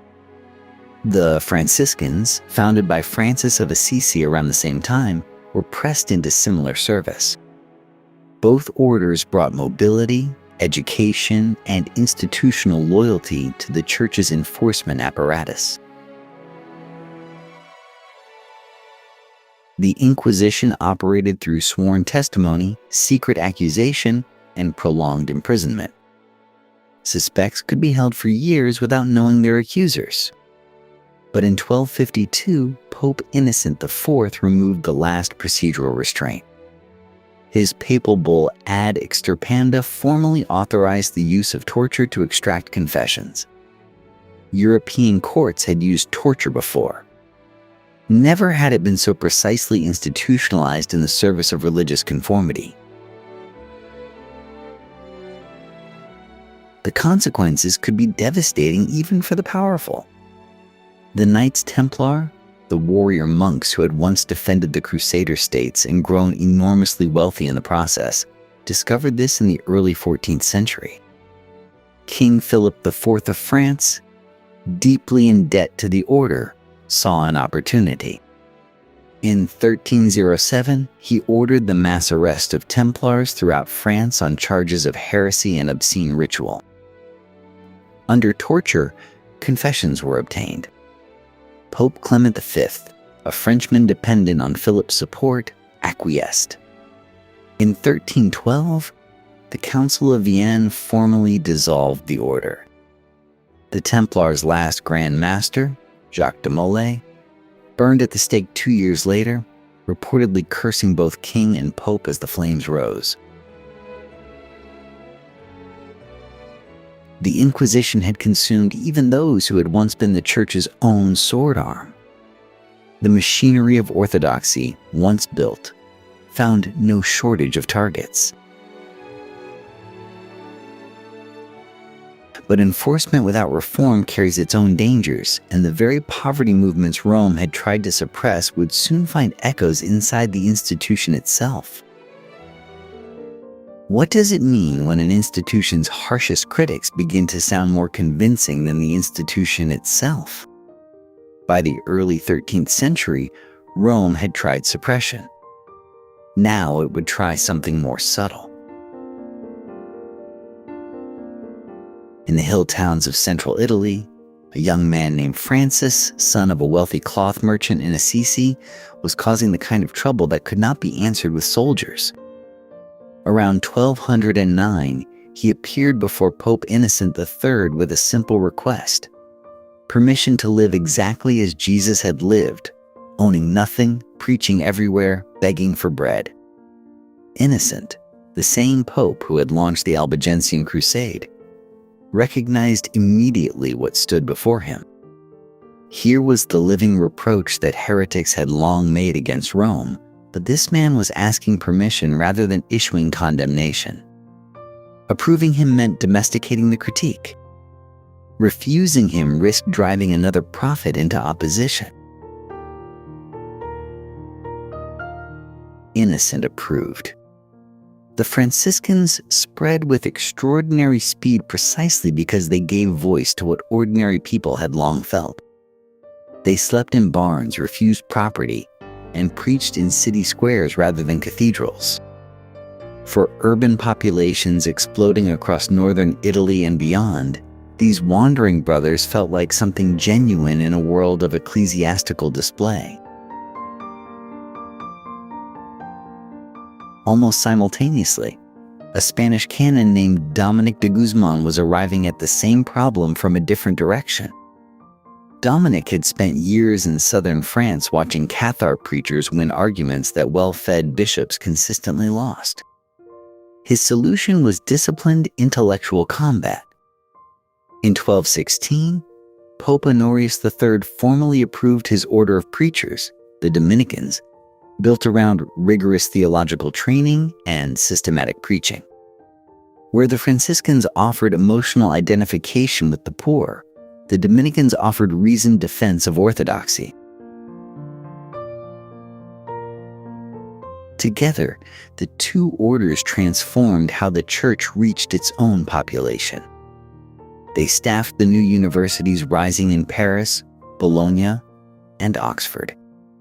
Dominican scholars like Thomas Aquinas, who died in 1274, constructed the great architectural systems of medieval theology. Franciscan preachers filled the piazzas of Florence and Padua with crowds that parish priests had never managed to draw. But success carried its own contradictions. Could an order sworn to absolute poverty accept donations, build churches, or maintain libraries? The Franciscans fractured repeatedly over the question, producing a rigorous faction called the Spirituals who insisted that owning anything at all was a betrayal of Francis's vision. Rome, which had co-opted the poverty movement to stabilize itself, found that the ideal, once released, refused to stay contained. The Church had tried to answer its critics by giving them habits, vows, and institutional roofs over their heads. It had largely succeeded. But the tension between apostolic simplicity and institutional necessity would never fully resolve, and that unresolved tension would continue producing new voices, new movements, new demands for a church that actually resembled what it preached. The question of authority, it turned out, could never be permanently closed. By the close of the 13th century, the papacy stood at what appeared to be its absolute zenith. It had launched crusades, toppled emperors, and extracted obedience from kings across the length of Christendom. But appearances can be deceiving, and no single pontificate would expose that deception more brutally than the reign of Boniface VIII. Benedetto Caetani became pope in 1294, following the bizarre abdication of Celestine V, a saintly hermit who had lasted barely 5 months on the throne before concluding he was entirely unsuited for it. Boniface suffered from no such self-doubt. Trained in canon law, experienced in diplomacy, and possessed of a ferocious will, he arrived in Rome convinced that the papacy's authority was absolute, universal, and not open to negotiation. The collision came quickly, and it came from France. King Philip IV, known to history as Philip the Fair, was building something new, a centralized, tax-hungry monarchy that treated the kingdom's resources, including its clergy, as instruments of royal power. In 1296, Philip began taxing French clergy to fund his wars without asking Rome's permission. Boniface responded immediately with a papal bull called Claricis Laicos, flatly forbidding clergy anywhere in Christendom from paying taxes to secular rulers without papal consent. Philip responded by banning the export of gold and silver from France, cutting off a river of revenue flowing into Rome. Boniface backed down. Round 1 had gone to the king. But Boniface was not finished. In 1302, following further clashes over the extent of royal versus papal jurisdiction, he issued the document that would define his legacy and ultimately destroy it. Unum Sanctum remains the most sweeping assertion of papal authority ever committed to parchment. Every human being alive, it declared, must be subject to the Roman pontiff. Submission to the Pope was not merely a matter of church governance. It was, the document stated plainly, absolutely necessary for salvation itself. There was no eternal life outside obedience to Rome. Philip's lawyers began preparing their response. What followed in September of 1303 has no real parallel in medieval history. French agents under Guillaume de Nogaret rode to the papal summer residence at Anagni, burst into the palace, and confronted the 70-year-old Boniface directly. What exactly happened in those rooms remains disputed, but accounts describe the Pope being physically manhandled, possibly struck. He was held captive for 3 days before local townspeople drove the French party out. The outrage at Anagni, as contemporaries immediately named it, sent shockwaves through Europe. Not because people loved Boniface, who was widely regarded as arrogant and grasping, but because the symbolic violence of the act was impossible to ignore. A king's agents had laid hands on Christ's vicar. The barrier that centuries of papal ideology had constructed around the office had been breached in the most literal way imaginable. Boniface never recovered. He died within weeks, in October of 1303, broken in ways that went beyond the physical. The man who had declared himself sovereign over all human souls on earth had been slapped by a French lawyer in a summer residence. The great claims of Unum Sanctum would never be retracted, but they would never again be taken seriously by Europe's rising monarchies. The age of Innocent III, when popes genuinely humbled kings, was finished.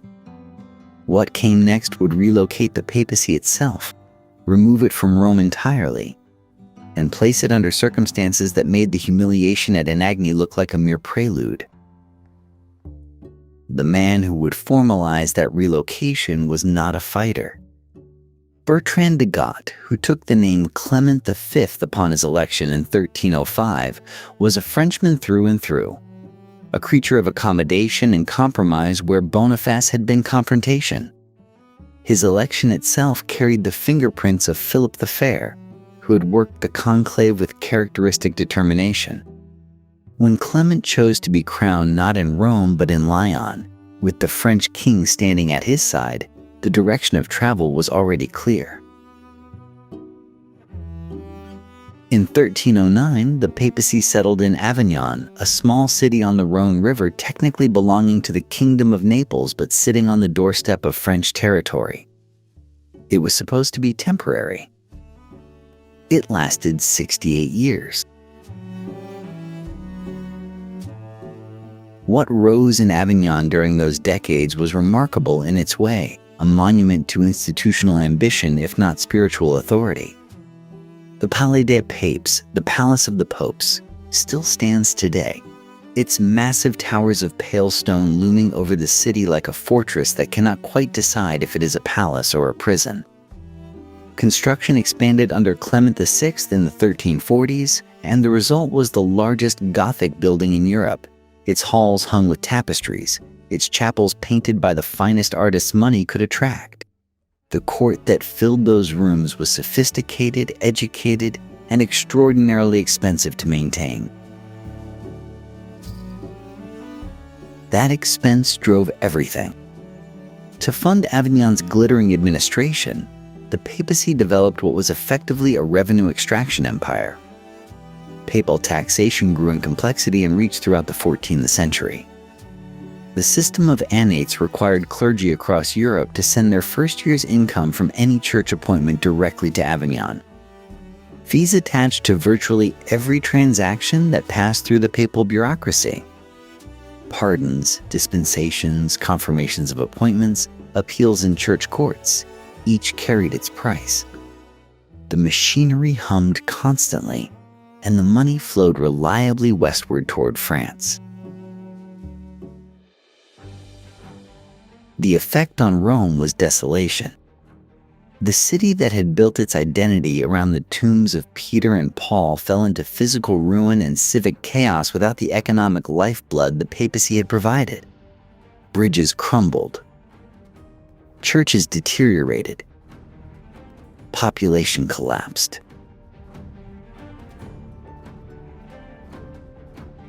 Francis Petrarch, the great Italian poet and scholar, watched all of this from a position close enough to see clearly. He had spent years near Avignon and loathed what he witnessed. His letters crackle with contempt. He called Avignon the Babylon of the West, consciously invoking the Old Testament image of God's people in captivity under a foreign oppressor. The women were shameless, he wrote, the old men ignorant, the young men licentious, and the clergy obsessed entirely with gold. Whatever one makes of his rhetoric, the underlying diagnosis found an enormous audience. Credibility was draining away from an institution that had once commanded the spiritual imagination of an entire civilization. The voice that finally moved the papacy was unexpected. Catherine of Siena was a young Dominican laywoman with no institutional power whatsoever. Beginning in the 1370s, she unleashed a torrent of letters, including letters addressed directly to Pope Gregory the XI that were extraordinary in their directness. She called him Papa Mio, my Pope, and told him plainly that cowardice and the comfort of Avignon were destroying the Church. "Come," she wrote, effectively commanding the head of Christendom as though speaking to a reluctant child. Astonishingly, he came. Gregory the XI returned the papacy to Rome in 1377, ending the Avignon period after nearly 7 decades. Catherine would later be declared a doctor of the Church. But the relief proved short-lived. What followed Gregory's return would fracture the papacy in ways even Avignon had not managed. Gregory the XI died in Rome in 1378, barely a year after his return. The conclave that gathered to replace him did so under enormous pressure. Roman crowds surrounded the building, shouting their demand for an Italian pope, their voices carrying the unmistakable edge of threat. The cardinals, most of them French and deeply uncomfortable, elected Bartolomeo Prignano, the Archbishop of Bari, who took the name Urban VI. It was a catastrophic choice, and not for the reasons the cardinals feared. Urban proved almost immediately unstable. He berated cardinals in public, accused them of corruption to their faces, and behaved with a volatility that shocked even men accustomed to difficult masters. Within months, the French cardinals had retreated from Rome and made an announcement that shook the foundations of the Western Church. The election, they declared, had been conducted under duress. It was therefore invalid. They then elected one of their own, Robert of Geneva, who took the name Clement VII and returned the papacy promptly to Avignon. There were now two men who claimed to be the legitimate vicar of Christ, and each promptly excommunicated the other. The theological implications were staggering. If one pope was genuine and one was an anti-pope, then one half of Christendom was receiving its sacraments, its absolutions, and its spiritual guidance from a fraud. The question of which half depended entirely on which side you asked. Europe divided along lines that were as much political as spiritual. France, Scotland, Castile, Aragon, and Naples recognized Clement in Avignon. England, the Holy Roman Empire, Hungary, and Poland stood with Urban in Rome. The schism mapped almost perfectly onto existing rivalries, which told its own uncomfortable story about how thoroughly faith and power had become entangled. The situation endured for decades. Popes died and were replaced on both sides, each succession treated as entirely legitimate by its own supporters and entirely fraudulent by the other. University theologians across Europe exhausted themselves trying to construct a solution.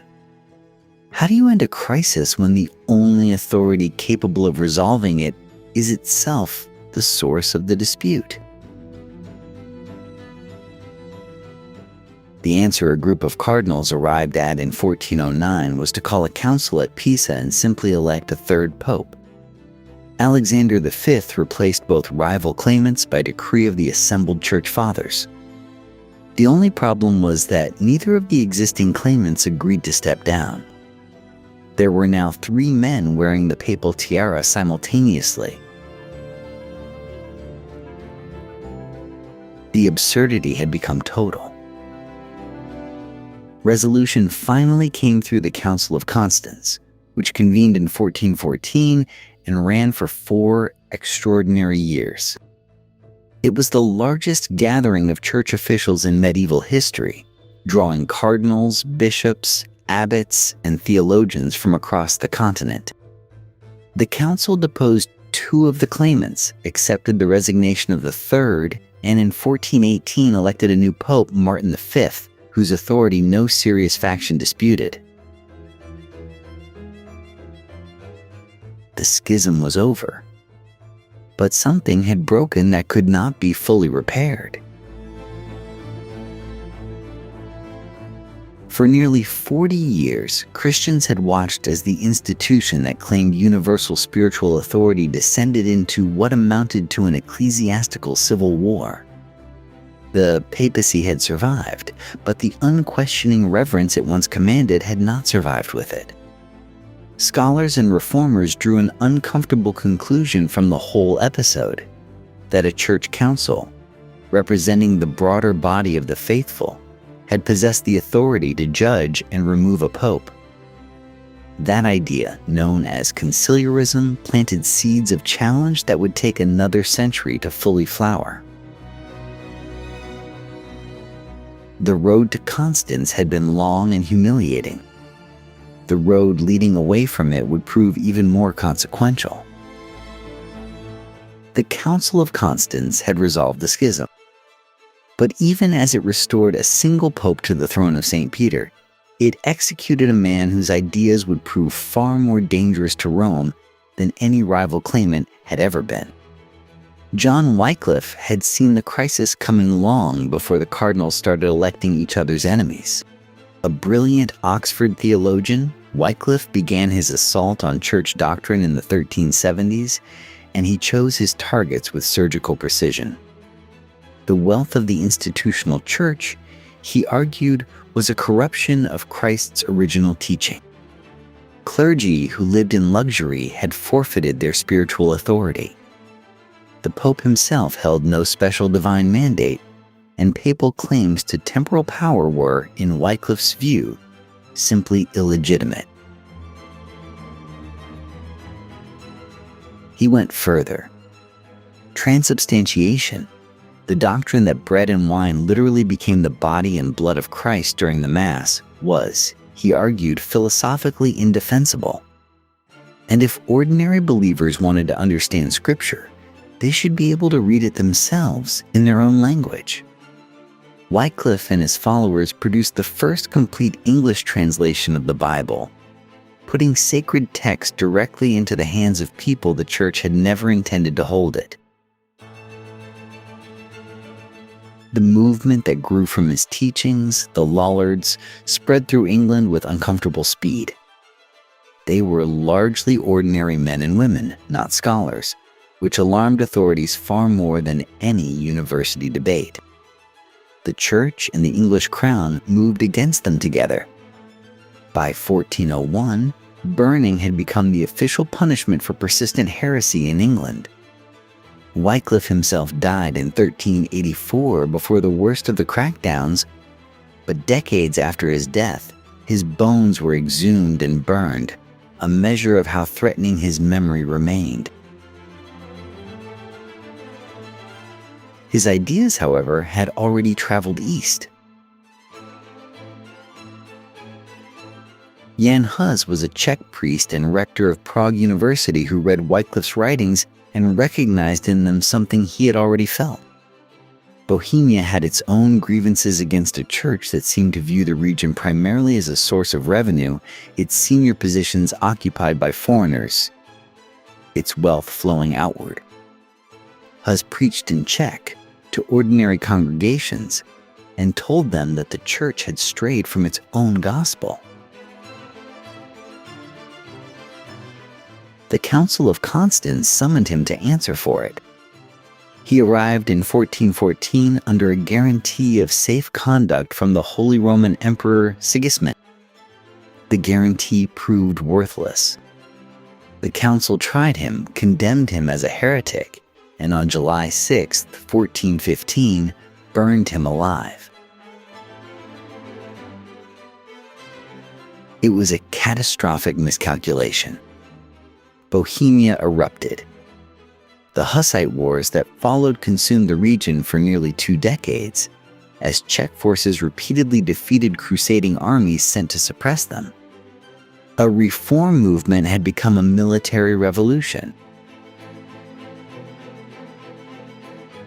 Rome had silenced Hus. It had not silenced the question he had raised, which was becoming impossible to ignore. How much longer could the Church defend its authority by force alone? What if the very men entrusted with the keys to heaven conducted themselves like Renaissance princes, which, by the late 15th century, is precisely what they had become? The papacy that emerged after Constance slowly rebuilt its institutional authority. But something had shifted in Rome. The popes who followed were men of their age, dazzled by antiquity, hungry for glory, and increasingly willing to treat the church as a vehicle for personal ambition. Nowhere was this transformation more vivid or more dangerous than in the reign of Rodrigo Borgia, who took the name Alexander VI in 1492. Alexander did not merely tolerate corruption. He perfected it. He purchased his election through open bribery of the College of Cardinals, a secret so poorly kept it was discussed in the streets of Rome. He fathered at least 4 acknowledged children before becoming pope and continued his affairs afterward without apology. He showered his son Cesare with church appointments and his daughter Lucrezia with strategic marriages, using both as instruments of political consolidation. His papacy was the medieval system of nepotism driven to its most shameless conclusion, a living demonstration of everything reformers from Wycliffe to Huss had warned about. And yet, Rome had never looked more magnificent. When Julius II ascended in 1503, the warrior pope arrived. Julius rode at the head of armies, personally besieging cities, wearing armor over his papal vestments. He fought to reassert control over the papal states with a ferocity that left diplomats speechless. But Julius understood that power required spectacle, and spectacle required beauty. He commissioned Michelangelo to paint the ceiling of the Sistine Chapel, a project that consumed 4 years and produced one of the most transcendent achievements in human history. He invited Raphael to decorate the Vatican apartments with frescoes of such breathtaking elegance that visitors stood silent before them. Julius was rebuilding Rome as the capital of a Christian empire, and he wanted its appearance to match his ambitions. Those ambitions had a price. The old Basilica of St. Peter, Constantine's ancient church, was torn down to make way for something unprecedented. A new St. Peter's vast beyond imagining was to rise at the heart of Christendom. The project would take over a century to complete and would consume fortunes that the papacy simply did not have. Enter Leo X. The son of Lorenzo de' Medici, educated among artists and philosophers, Leo reportedly greeted his election in 1513 with words that captured the era perfectly. God has given us the papacy, he is said to have remarked. Let us enjoy it. He proceeded to do exactly that, spending with a recklessness that left the papal treasury in perpetual crisis. The solution his advisors reached would split Christianity in two. To fund construction of the new basilica, Leo authorized an aggressive campaign selling indulgences, documents promising remission of sins, to believers across Northern Europe. The salesmen were enthusiastic. The theology was strained. And somewhere in the German lands, a troubled Augustinian monk named Martin Luther was watching and taking notes. The Renaissance papacy had achieved something remarkable. It had transformed Rome into the most beautiful city in Europe, while hollowing out the moral authority that justified Rome's power in the first place. The gap between what the church preached and what its leaders practiced had grown into a chasm. It would not remain merely a theological problem for long.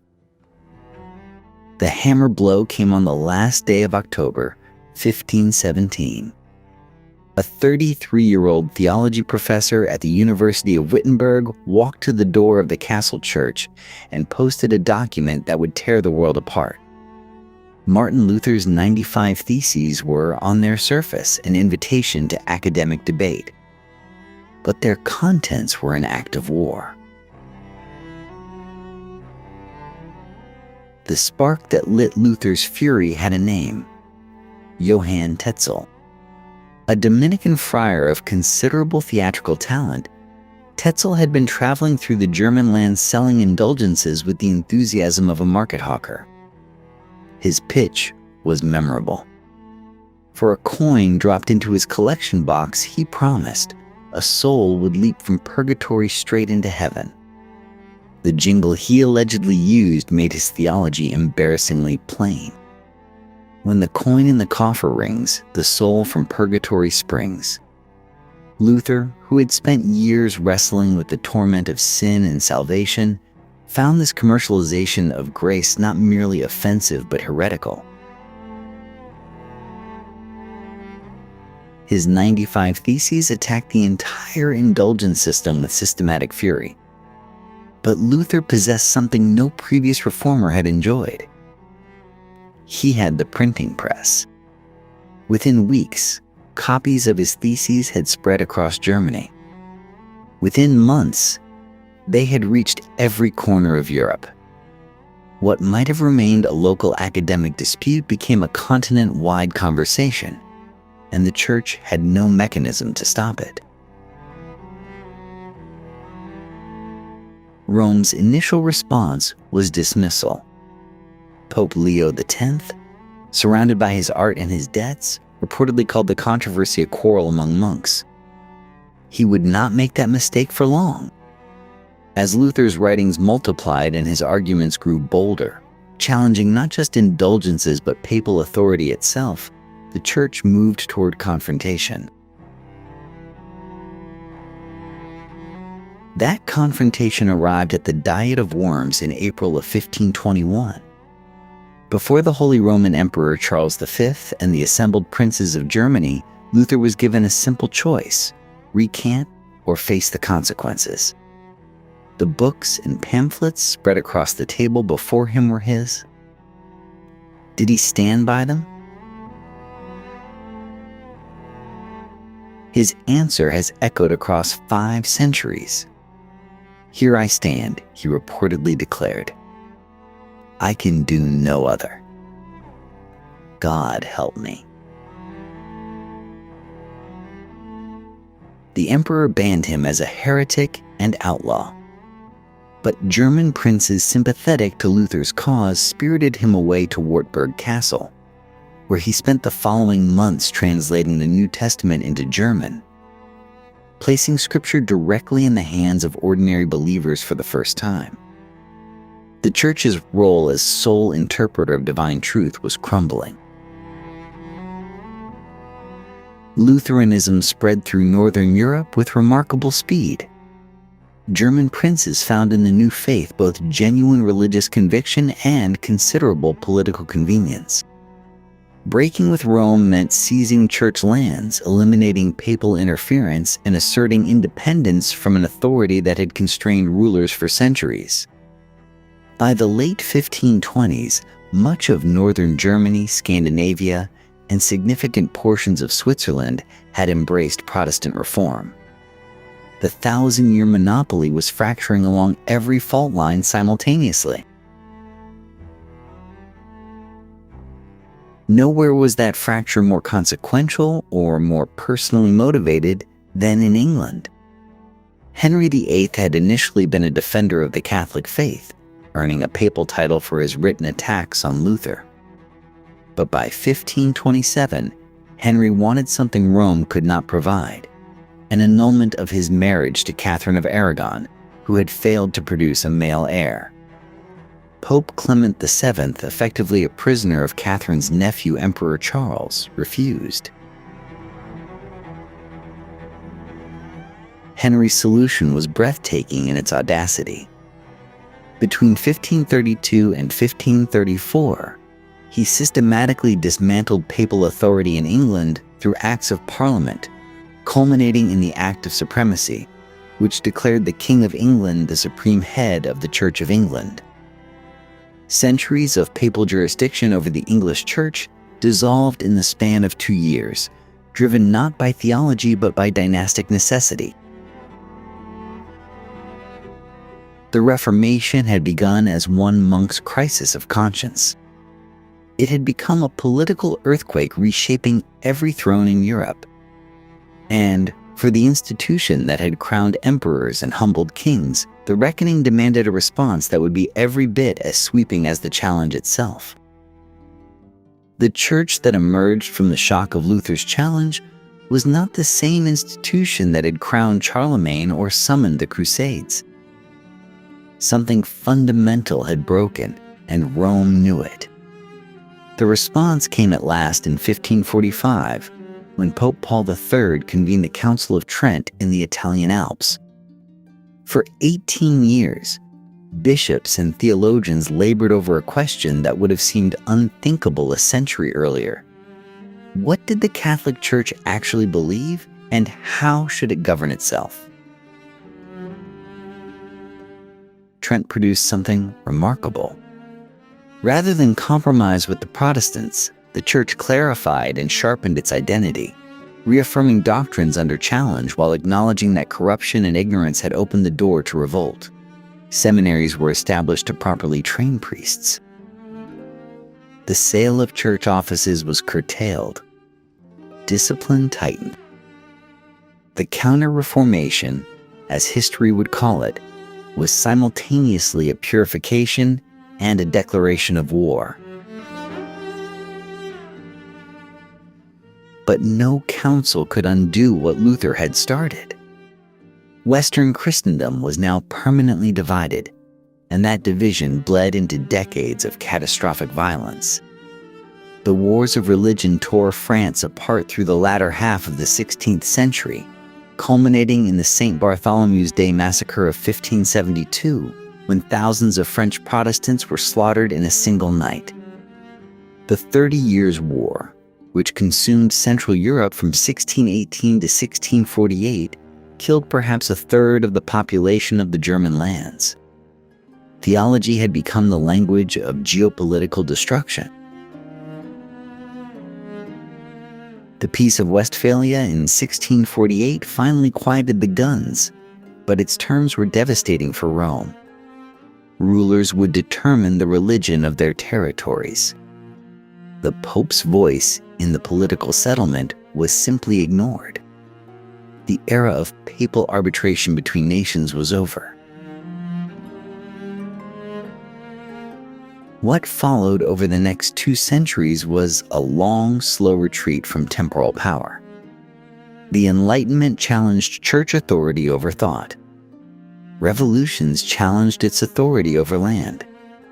And in 1870, Italian nationalist forces marched into Rome and absorbed the Papal States into the unified Kingdom of Italy. The Pope, who had ruled central Italy for over 1,000 years, was left with nothing but the few acres of Vatican Hill. And yet, the Church survived. It adapted. The very institution that had once commanded armies and excommunicated emperors discovered that moral authority, stripped of political machinery, could still move millions. The medieval church's true legacy was never solely about power. It built the universities where Western thought was shaped. Its canon law laid the foundations of modern legal systems. Its monasteries preserved the literature of antiquity through centuries of darkness. Its architecture still stands in every capital of Europe, stone sermons to a civilization it largely built. The throne of St. Peter today commands no armies and governs no territories. But the institution behind it endures, carrying the weight of that extraordinary medieval centuries into a world it helped to create, still wrestling with the oldest question of all. What does it mean to hold both spiritual and earthly authority in an imperfect world? The Catholic Church's medieval empire shaped the laws, borders, and beliefs of an entire civilization, and its echo still resonates in every corner of the modern world. Subscribe for more stories of the institutions and ideas that built history.